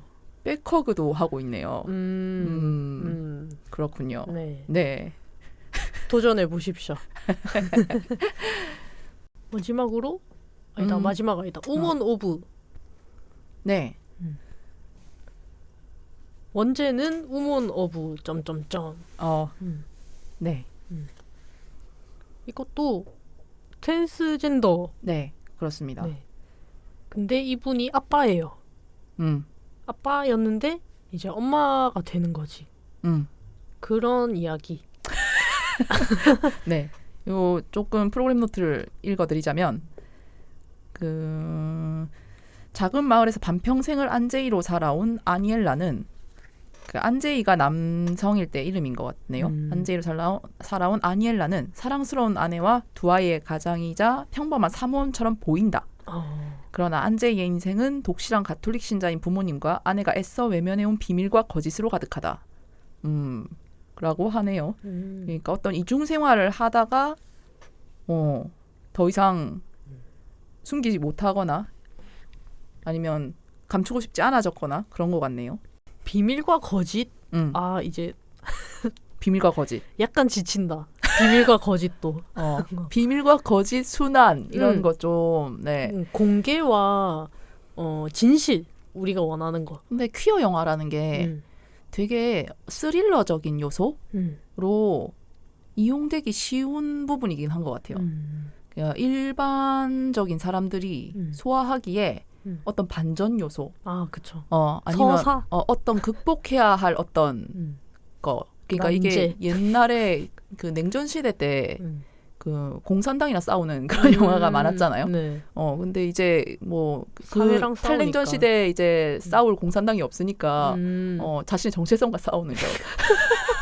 약간 그런 맥락에서 요런 우리 각자의 정체성의 문제가 이렇게 다뤄지는 것이 아닐까. 그래서 약간 피로감은 느껴지긴 하는데 그것도 근데 되게 그런 소재나 감정을 딱 잡고 있으면서도 전혀 다르게 엄청 잘 만들어내는 영화들도 여전히 많긴 하잖아요. 네. 그래서 그런 것에 대한 기대를 계속 놓치지 않고 계속 보게 된다. 그렇죠. 네, 근데 그리고 이걸 보는 것 자체로 위로를 받을 수도 있기 맞습니다. 때문에. 예전에는 이런 걸 다루는 영화가 많지도 않았잖아요. 맞아. 이젠 전면에 다루니까. 이런 해시태그도 없었다고. 맞아, 이런 해시태그가 없었다고. 네, 감사합시다. 감사합니다. 감사합니다. 네. 마지막으로 이것도 인도네시아 영화인데 춤추는 컬러라는 제목입니다. 디카는 이름이 디카네. 디카는 감수성이 조금 특별한 청소년이다. 감수성이 조금 특별한 청소년. 네, 이것을 이제 퀴어 청소년을 드러내는 어떤 표현으로 쓴다는 게 흥미롭네요. 일단 부모님은 이런 아들을 정상적으로 되돌리기 위해 정상적에 이렇게 따옴표가 쳐져 있어요. 정상적으로 되돌리기 위해 의식을 치르려고 한다. 이맘을 불러 진이를 쫓아내는데 성공한 듯 보이지만 이 모든 것은 보여주기 위한 쇼가 아닐까. 이거는 근데 굉장히 모호하네요. 소개 자체가. 청소년 게이물인지도 잘 모르겠고 논바물이지 않을까? 정상적으로 돌리기 위해 어떤 비정상성을 가지고 있는지가 사실 구체적으로 적혀 있지 않고 네. 여기 이 영화에 달려있는 해시태그는 LGBTQ+, 성장영화 청춘, 코미디 유머 블랙 코미디 풍자가 되어 있습니다. 네. 근데 스틸컷을 봐도 약간 모호한 것 같아요. 네, 잘 모르겠습니다. 네. 이게 그러니까 내용을 유추하기가 좀 어렵다는 거. 그리고 이거는 단편인가 봐요. 15분이네요, 러닝타임이. 그래서 이거는 아마 제가 단편 영화는 그 묶음으로 아마 상영이 될 거예요. 요거 한 개만 이렇게 하지 않고. 하여튼. 네. 그러면 일단은 LGBTQ 플러스 해시태그가 붙은 작품들은 쭉 다 살펴봤고요. 네. 저희 쉬고 와서 LGBTQ 플러스 태그가 안 붙어 있는데 이거 조금 수상한데 싶은 그런 작품들을 좀 공유해보는 그런 시간을 이어서 갖도록 하겠습니다. 네, 약삭 빠른 지하다가 또 무엇을 찾아왔는지 기대해 주시기 바랍니다. 네, 광고 듣고 오시겠습니다.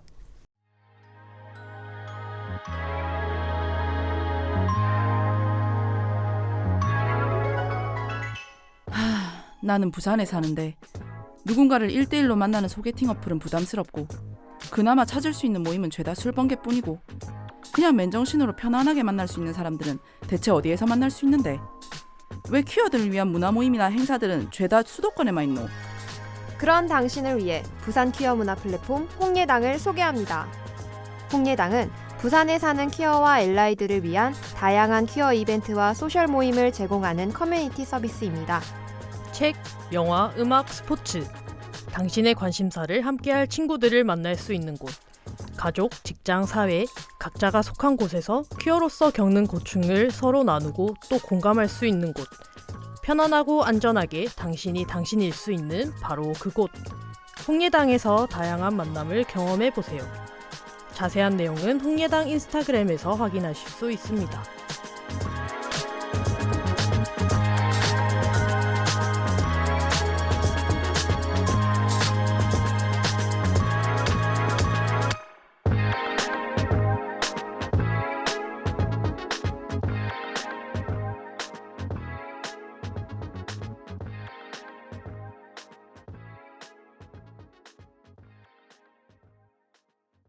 네, 광고 듣고 오셨습니다. 네, 홍예당에 임박한 행사들 소개를 드리도록 하겠습니다.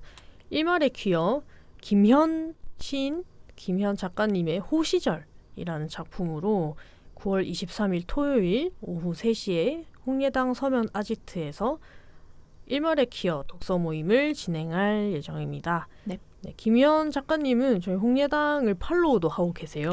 네, 그래서 이번에 이 일말의 퀴어 독서 모임을 한다고 올렸더니 네, 스토리에도 올려주셨습니다. 네, 아무튼 작가님도 주목하는 독서 모임. 네, 아마 시집이라서 좀 읽기에 부담스럽지 않지 않을까. 네, 쉽게 참여하실 수 있을 것 같습니다. 네. 그리고 시집이라서 이제 아무래도 해석도 좀 다양할 것 같고 재밌을 것 같아요. 네, 또 오랜만에 문학이라서 좋을 것 같습니다. 네. 네. 그리고 이번에 추석날 29일에 추석 모임을 또 진행할 예정입니다. 예. 거의 뭐 이제 연례 행사처럼 되어가고 있는 홍예당 명절 모임. 그렇죠. 중요하죠. 네. 명절 때 이제 갈 곳 없는 퀴어를 그렇죠. 위해서 이제 우리끼리 노는 그런 또 시간을 갖지 않을까. 네. 네, 요거는 일단 하시는 것만 알고 있고 시작하는 시간만 알고 계시다면은 뭐 부담 없이 참여하셔도 좋을 것 같습니다. 뭐 중간에 오셔도 되고 중간에 가셔도 되고. 네, 뭐 끝까지 계셔도 되고. 네네네. 서로의 이제 명절 맞이 안부를 나누면서 네. 네, 그렇게 하시면 될 것 같습니다. 그리고 매주 화요일마다 홍예글방 시즌 2 계속 진행되고 있고 네. 저는 굉장히 쫄이고 있습니다. 저도 그렇습니다. 네. 아무튼 막바지 끝이 머지않았다. 네. 그러면 여기까지. 네. 네. 그러면 저희 이어서 앞에 전반부에는 저희가 부산국제영화제에서 공인한 LGBTQ 플러스 작품을 이제 어떨 것인가 소개와 네, 저희 생각을 나눠봤고요. 이후부터 말씀드릴 거는 공식적으로 LGBTQ 플러스를 다룬 작품이라고 영화제 쪽에서는 인정하지 않은 작품들입니다. 그렇다고 뭐 제가 인정하는 건 아니고 그렇지 않을까라고 이게 소개글을 프로그램 노트를 좀 읽다 보면 이거는 그럴 수도 있지 않을까라는 의구심이 드는 네, 좀 의심이 되는 그런 냄새가 나는 작품들을 몇 가지 뽑아봤거든요.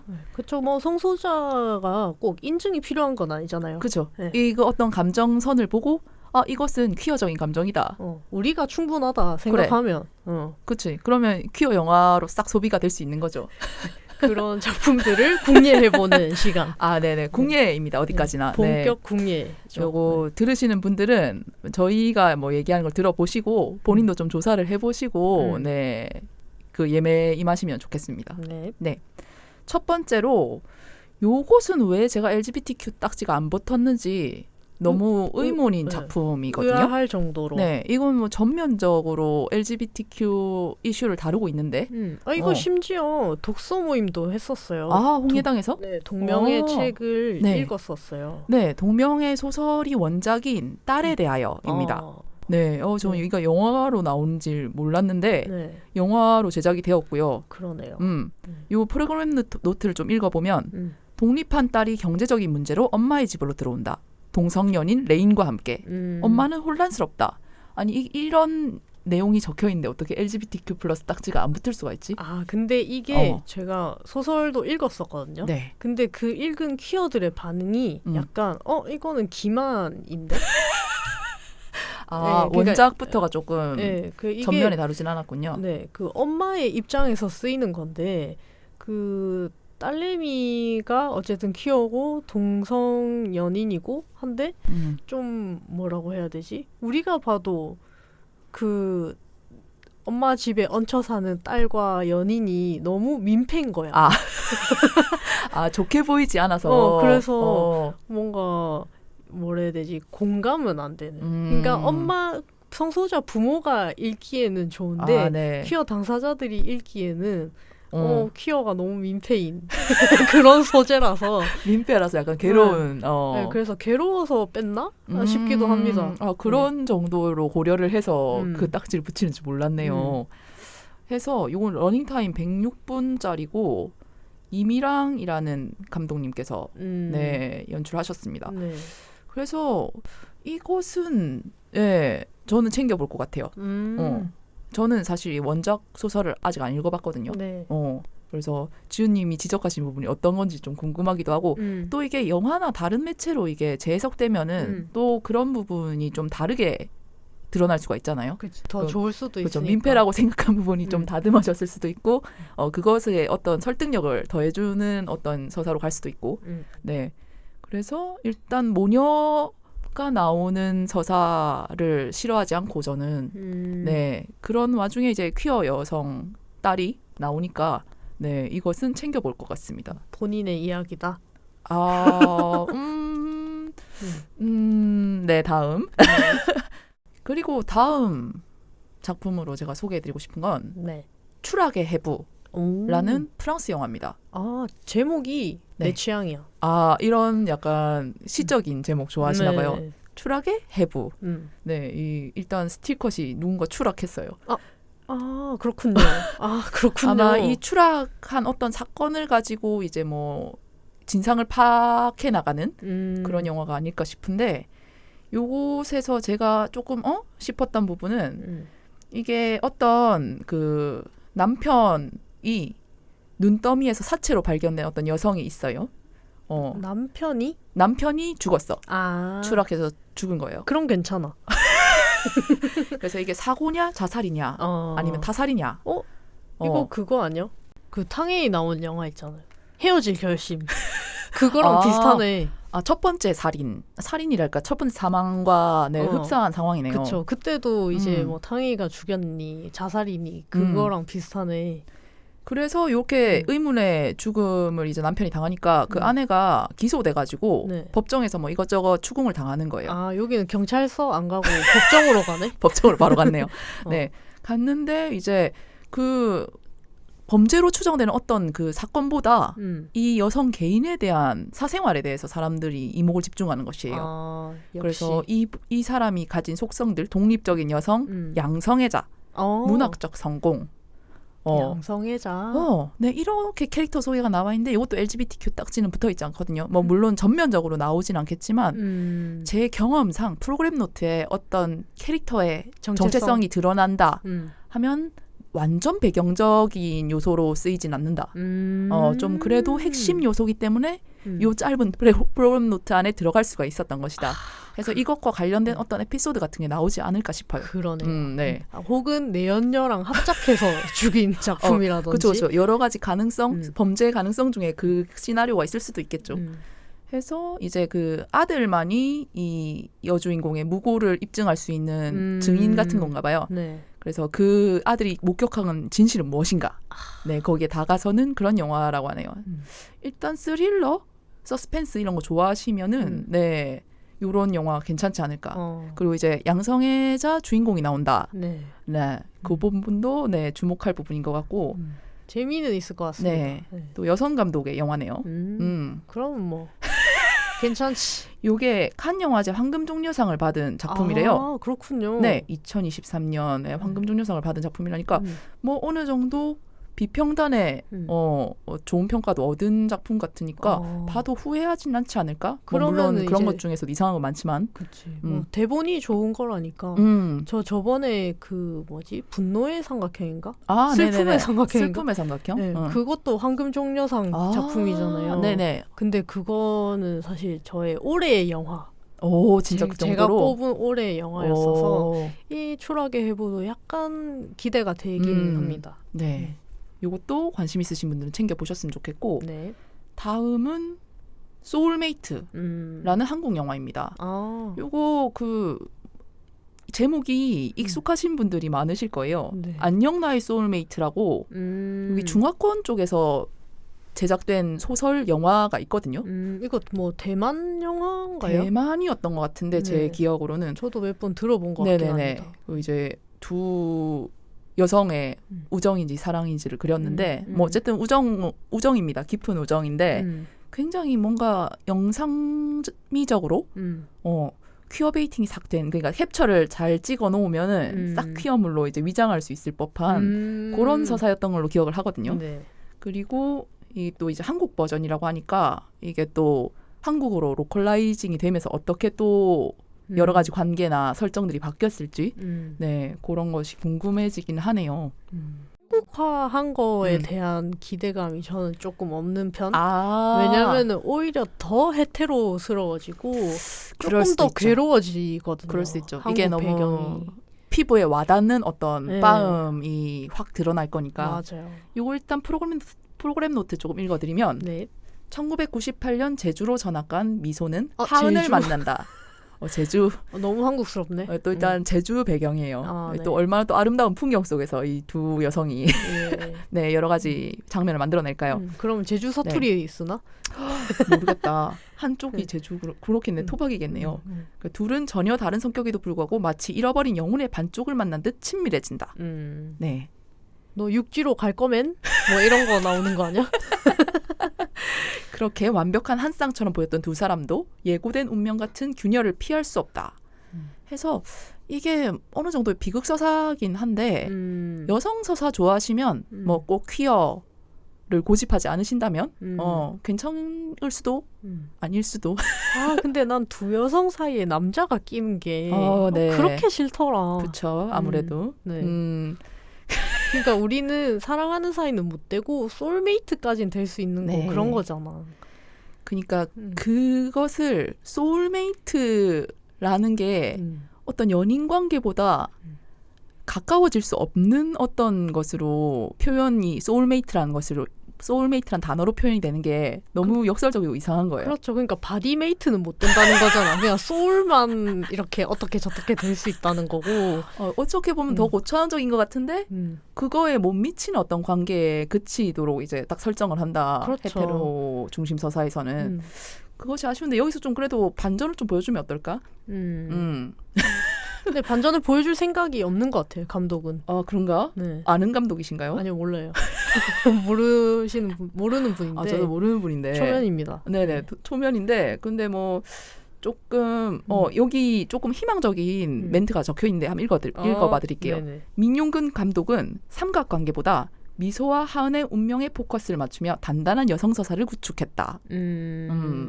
삼각관계에서 조금 아웃포커싱을 한다는 얘기인 것 같은데 얼마나 아웃포커싱을 할지 그리고 얼마나 이 여성 서사를 어떻게 재구성을 했을지는 의문입니다. 이건 또 역시 봐야 되겠죠. 그러네요. 그러니까 유사 백합물까지는 가겠다 이걸 선언한 느낌인데 네. 근데 이거를 이제 어쨌든 고난은 예상되어 있는 바 해서 요 두 여주는 김다미님, 전소니님이 김다미님이라고요? 네, 그리고 전소니님이 맡으셨습니다. 네. 와, 근데 지금 스티커를 보니까 네.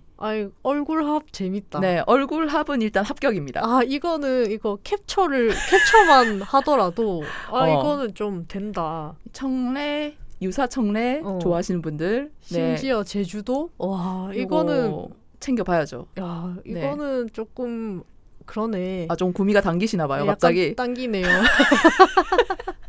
네, 요것도 검증해보고 싶으신 분들은 도전해보는 것도 좋을 것 같습니다.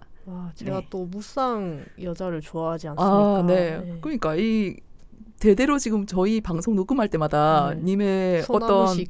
어떤 무쌍 여성에 대한 잘못된 일그러진 어떤 나르시시즘적인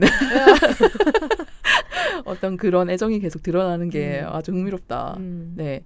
해서 요것도 뭐 나름대로 저도 챙겨볼 듯합니다. 가면은 다 이제 벽장 퀴어들 잔뜩 있겠네요.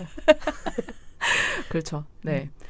그리고 다음은 이제부터 좀 설명드릴 거는 사실 요 앞에 말씀드린 요 작품들은 이거는 그냥 LGBTQ+ 딱지 붙여도 되는 거 아닌가 싶은 그런 것들이었는데 이후부터 좀 설명드릴 거는 약간 퀴어 베이팅 되었거나 요것은 진짜 먹어봐야 아는 알게 될 듯한 그런 서사들이에요. 일단 애매모호한 공통점은 되게 미묘한 관계에 여성 둘이가 나온다. 근데 이제 그 둘 사이에서 어떤 사건과 어떤 감정의 교류가 벌어질지는 언급이 없다. 그렇죠. 자세하게 언급되어 있지 않고 그들 결말에 대해서 당연히 나와 있지 않기 때문에 요 조금 베팅하는 기분으로 도전해 볼 만한 그런 작품들입니다.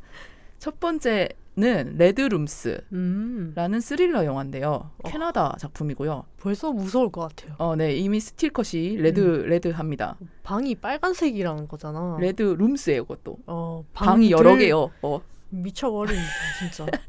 이게 켈리 앤은 연쇄살인범의 재판에 방청객으로 참여하기 위해 아예 법정 근처에 살고 있는 여성이다. 약간 범죄 매니아신가 봐요. 켈리 앤이라는 분이 주인공이고요. 벌써 미친년이 나오네요. 어느 날 자신과 비슷하게 재판이 열릴 때마다 법정에 참석하는 다른 젊은 여성 방청객 클레멘타인을 만나게 된다. 이분도 심상치 않습니다. 네.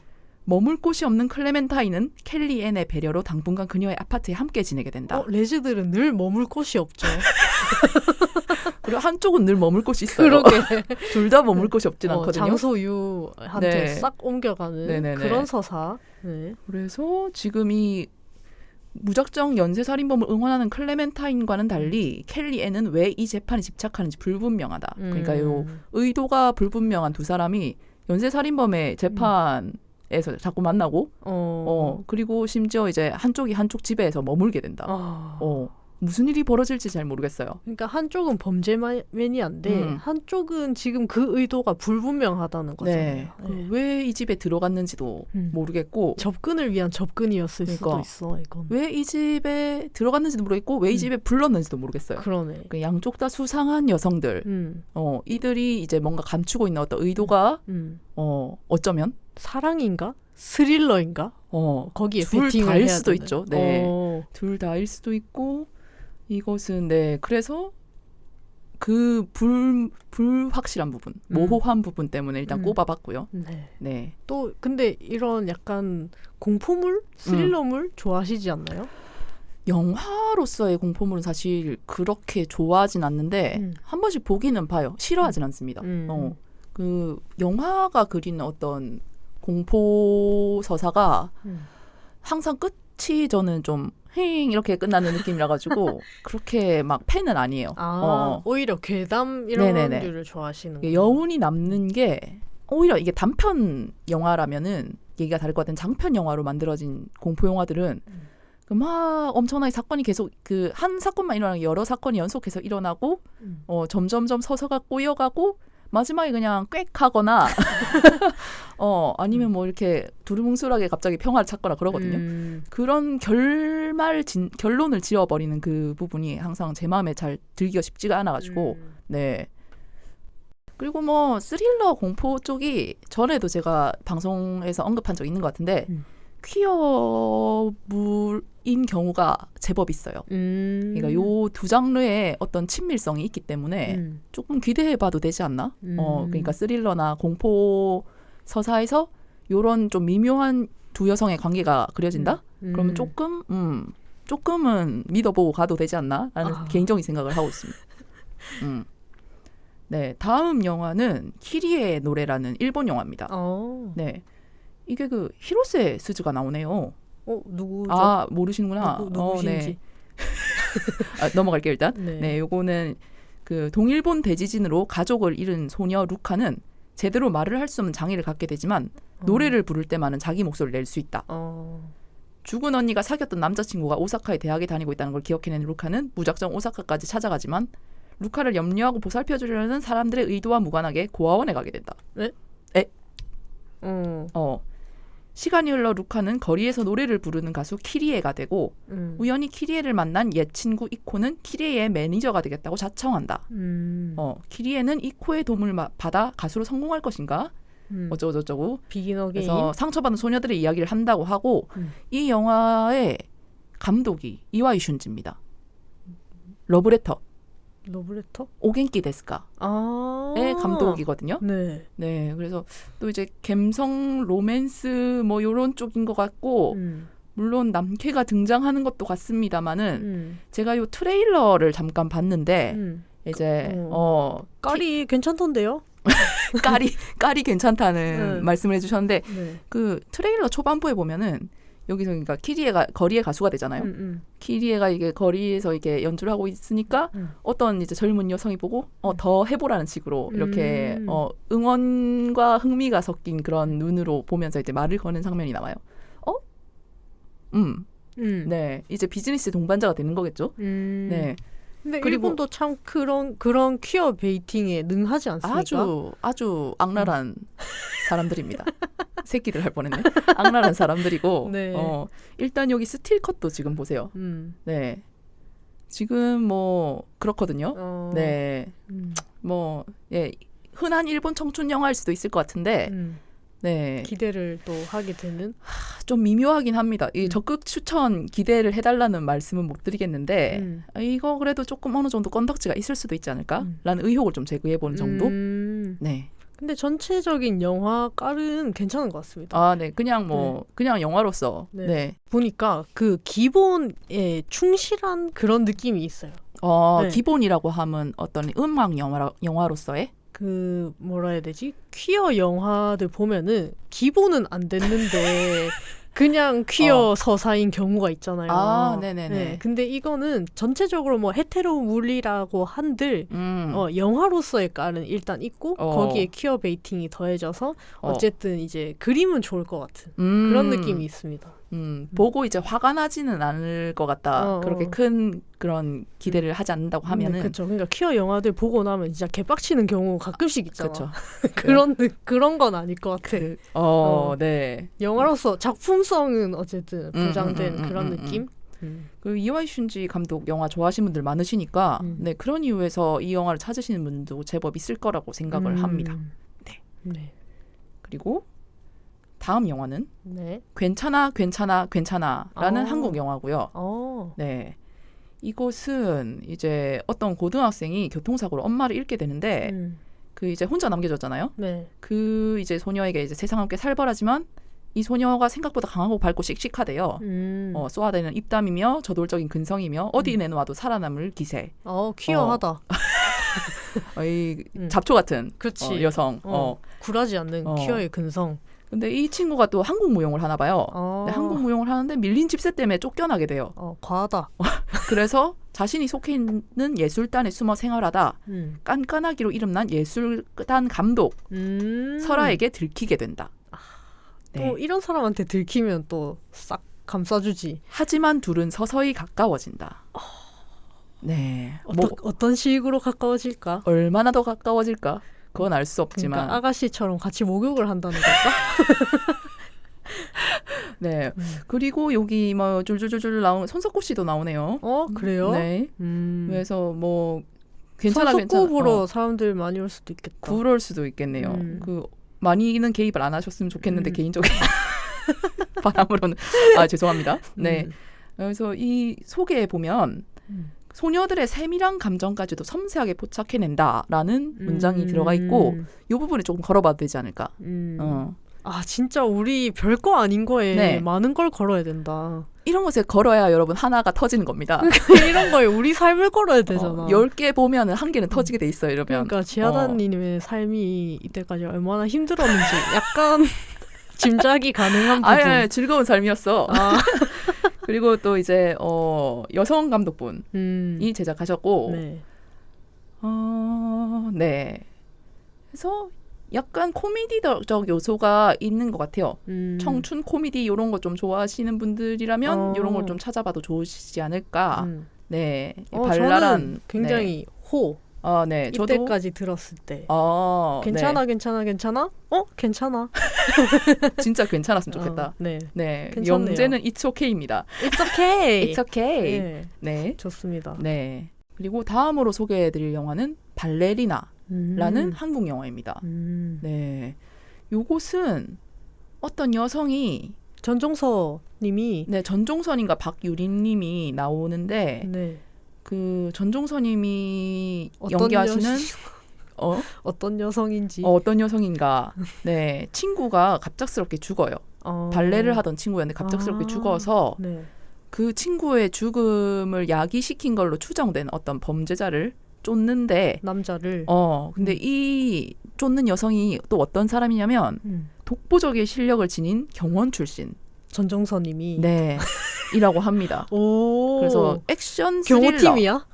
액션 스릴러 폭력 네. 범죄 뭐 이쪽인 것 같은데 이거는 그냥 그렇죠. 그 친구의 복수를 한다고 돼 있는데 그 친구가 뭐 나쁘게 되었다고 해서 이렇게 목숨 걸고 직접 복수를 실행하는 여성. 그러니까 말하자면 아저씨인데 그게 여자 버전이고 전종서님이다. 원빈 대신 전종서다. 뭔가 조금 더 깊은 감정이 있는 것은 아닐까? 그러게. 라는 의혹을 떨칠 수가 없어서 일단 한번 리스트에 넣어봤습니다. 그러니까 내가 만약에 전종서다. 누가 죽어야 그렇게 복수를 할까? 그치. 적어도 애인이나 엄마 정도는 돼야 되지 않나? 근데 친구라고 하니까 무슨 친구일까? 단 하나뿐인 소중한 친구라고 서술되어 있어요. 네, 뭐 판단은 각자 하는 거지만 네. 이런 어쨌든 어떤 여자 사람 친구든 여자 친구든 간에 강력한 동기 그 복수를 하기 위해서 이제 칼을 들었는지 총을 들었는지 모르겠지만 아무튼 이제 다 조지러 나서는 여성 액션이 볼만할 것 같고요. 네, 그리고 이미 죽었으니까 과거를 회상하면서 과거에 어떤 일이 있었는지 얘기해주겠지. 전사들이 그러게요. 그런 게 있으면 재밌을 것 같네요. 해서 네, 약간 길복순 느낌일까나? 최근에 본 것들 중에서는. 근데 뭐 전종서님 워낙 연기를 잘 하시고 이번이 그러니까. 원톱으로 액션을 펼치는 그런 영화니까 퀄리티는 보장이 되지 않을까. 네, 볼만할 것 같습니다. 그리고 마지막입니다. 예. 세기말의 사랑이라는 한국 영화입니다. 영재가 뭔가요? 미즈 아포칼립스. 미즈? 아포칼립스. 요는 2000년을 눈앞에 둔 세기말에 이 주인공에게 붙여진 못된 별명도 세기말이래요. 짝사랑하던 사람이 유부남이었는데 그 사람이 공금횡령으로 감옥에 가게 돼요. 그리고 그 사람을 이제 방임한 즉 본인도 덩달아 감옥 신세를 지게 되는데 출소를 하니까 그 짝사랑하던 남자 그 유부남이라고 했잖아요. 그 유부남의 아내가 찾아와서 빚을 갚겠다고 한 거예요. 출소를 딱 했는데 그 오야붕이야 뭐야. 내가 짝사랑했던 유부남의 아내가 와서 타라 이렇게 한 거죠. 하지만 유진은 그러니까 그 아내는 장애로 몸을 움직일 수가 없고 영미가 그런 유진에게 돈을 받긴 어려워 보인다. 둘은 어쩌다 같이 살게 된다. 두 여인의 이야기는 팍복하지만 시종일관 쾌활하고 시원하며 박력 넘친다. 네, 해서 이 두 여성이 또 이상한 사건의 전개로 같이 살게 되는 영화고 아까 제가 트레일러를 잠깐 봤는데 네 제법 도발적이더구만요. 그 트레일러를 보니까 확실히 그 두 여성 간에 무슨 일이 있는 것 같기는 합니다. 무슨 일이 일어났거나 일어나고 있는 중인 것 같은 그런 느낌으로 생각보다 별일은 아닐 수도 있어요. 근데 어쨌든 두 여성과의 관계가 뭔가 있는 것 같아는 보입니다. 아니 목욕을 같이 하더라고요. 네. 근데 이거는 약간 유치하기도 하고 그러니까 이 두 여성이 같이 있기 위해서 그 서사를 엄청나게 부여하는데 공을 많이 들인 것 같아요. 그러니까 사실 퀴어는 두 여성이 같이 있는데 이유가 없으면 안 되니까. 이유가 없잖아요. 없을 수도 있잖아요. 퀴어는. 원래 이유가 없을 수 있죠. 근데 헤테로들이 생각했을 때 이 두 여성만 세상에 이제 둘만 남기 위해서는 뭔가 전사가 엄청 많이 필요한 게 약간 그래 보입니다. 굉장히 설득력 있는 말씀이네요. 구구절절해 보였어. 그러니까 이거를 설명이 되지 않으면 사람들이 또 이건 뭐 영화가 짜임새가 이상하니 개연성이 없니 감정선을 못 따라가겠니 없니 뭐 이렇게 할까봐 막 그런 걸 엄청 많이 부여한 거에 비해서 알맹이가 있을까 하는 그런 의문은 약간 드는 조금 애매한 구석도 있지만 어쨌든 일단 확실한 트레일러로 봤을 땐 저는 이거 괜찮을 것 같다. 유사 아가씨다. 약간 아가씨스러운 장면이 있더라고요. 네, 그래서 저는 챙겨 볼 것 같습니다. 이 세기말의 사랑. 네, 이것도 여성 감독님이 연출하셨어요. 네, 제가 이제 하이라이팅한 작품은 요 정도까지입니다. 네. 지하다님의 깔끔한 큐레이션. 진짜. 요 중에 진짜 겁나 엄청난 망작들이 있을 수도 있어요, 여러분. 제 책임은 아니란 점 미리 말씀드리고, 전적으로 책임은 여러분에게 있다. 투자 책임은 다 이제 개인에게 있는 거 아시죠? 그럼 어쨌든 지하다님이 소개하신 것 중에 좀 구미가 땡긴다 이런 것들 여러분이 보면 되는 거고. 그렇죠. 뭐 어쨌든 이렇게 큐레이션하는 과정들이 결코 쉽지 않았습니다. 이거는 그 오랜 시간의 노하우와 그리고 노력과 시간을 들여서 하는 일이기 때문에 어쨌든 이게 결코 쉬운 일은 아니다. 여러분이 이렇게 받아 먹는 게 빅데이터가 있거든요. 제가 10여 년간 이제 이런 영화들만 그러니까 부국제를 전 거의 퀴어 여성 영화제로 혼자 즐겨온 사람으로서 그러면서 이제 찾아다니고 한 경험에서 나온 빅데이터들이 제 뇌 어딘가에 있어요. 그것들이 이제 작용해서 어쨌든 골라낸 것들이기 때문에 하나 정도는 만족스러운 게 있지 않을까? 그래서 한번 저의 직관력과 여러분의 직관력이 합쳐져서 고르게 되는 영화는 아마 괜찮지 않을까 싶습니다. 그래서 어쨌든 보고 오면은 댓글 달아주시면 진짜 좋을 것 같아요. 저도 요거 언급한 영화들 최대한 예매 전쟁에 뛰어들어 보고 최대한 많이 챙겨본 다음에 그 후기에 대해서 방송에서 한번 말씀드릴 수 있으면 좋겠네요. 혹시 못 보시는 분들도 있으실 수 있으니까 그렇게 하도록 하겠습니다. 좋습니다. 아무튼 굉장히 알찬 시간이었습니다. 좀 알맹이가 있는 그런 시간이었으면 하네요. 그럼요. 진짜 시골지 키웠지에서만 할 수 있는 컨텐츠가 아닐지 생각을 합니다. 여러분도 혹시 이걸 들으시고 이 영화도 뭔가 냄새가 나는데 쥐하다가 언급을 안 했다 하는 영화가 있으면은 댓글로 빨리 알려주세요. 빨리 알려주세요. 왜냐하면 지금 이게 아까도 말씀드렸지만 20일 수요일에 개폐막식 어워즈 행사 티켓팅이 잡혀있고 22일 금요일에 일반 상영작 예매 스케줄이 잡혀있기 때문에 요것을 놓치면 이제 거의 못 본다고 봐야 되거든요. 우리 지금 바쁘다 지금. 그래서 지금 빨리 이거 듣자마자 바로 그거 나 보려고 집어놓은 거 있는데 그것도 좀 수상하던데 이건 왜 언급되지 않았을까? 그리고 저희가 오늘 좀 여성 퀴어로 의심되는 또는 여성 퀴어 영화 중심으로 얘기를 했는데 그거 말고도 이제 퀴어를 다룬 그런 작품들인 거 그리고 으로 추정되는 거 그런 것 중에 언급 안 된 게 있으면 그것도 알려주시면 감사하겠습니다. 우리가 중요한 일을 지금 하고 있는 것입니다. 같이 서로를 도와야 합니다. 그리고 상영관에서 만나겠습니다. 인사해요, 여러분. 예. 네. 그러면 오늘 네. 방송은 이쯤에서 마무리를 하면서 예. 그러면 댓글 읽기 시간으로 바로 넘어가 볼까요? 네. 지난 한 우리가 쉬었으니까 32회 변방 키언일의 기쁨과 슬픔 이거를 읽도록 하겠습니다. 모리님 이것저것 다 하는 홍예당에서 이것저것 다 하는 모리님 편 자두착즙기님이 남겨주셨습니다. 네. 카모메 식당 고등학생 때 봤었는데 히읗히읗 저도 좋아하는 영화 중 하나예요. 모미님? 마스크 걸 보셨어요? 모리님이겠지? 네. 모리님 뭔가 사람이 아니라 식물이 말하는 것 같아요. 야 드립 장난 아닌데? 근데 뭔가 설득력 있는 표현이다. 근데 굉장히 공감이 돼서 더 웃기. 맞아요. 네. 홍예당이 더더욱 번창하기를 돈 벌어서 화분 1000개 가자. 미친 사람 아니야 이 사람. 농원을 하나 차리셔야겠네 이 정도면. 이거는 시외로 가야 되는 교회로 가야 네, 되는. 진짜 엄청난 부동산이 필요한 일이네요. 화분 1000개는.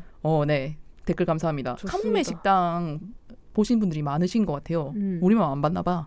약간 게이들의 감성을 자극하는 영화인가 봐. 몰라. 그냥 하는 말이에요. 나도 한번 볼게요. 네네네. 네.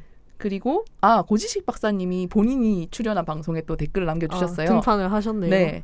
두 분만 믿고 나갔는데 역시나 든든하게 잘 녹음하고 왔네요. 초대해 주셔서 감사했습니다. 네. 하고 웃는 표정을 또 식물처럼 지어주셨습니다. 저희야말로 사실 막 와서 막 댔잖아 우리가. 맞아. 그랬음에도 불구하고 이제 진짜. 꼿꼿하게 모리님답게 고지식 박사님답게 진짜.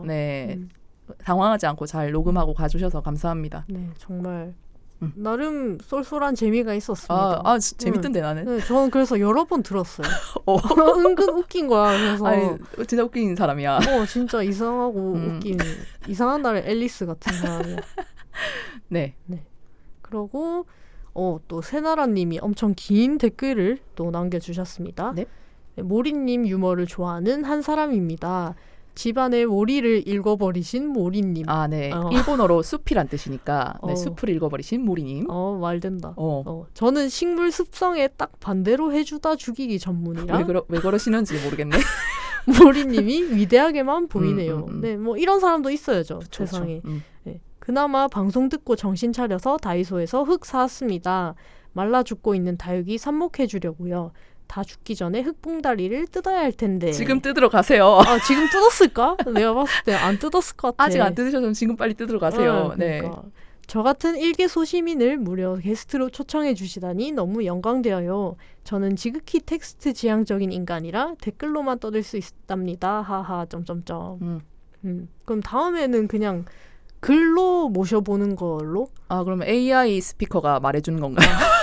글로 이제 두드려 주시면 이제 옆에서 읽어드리는 걸로 시리가. 아니면 사전 질문을 주면은 그분이 적어주시고 우리가 읽는 걸로.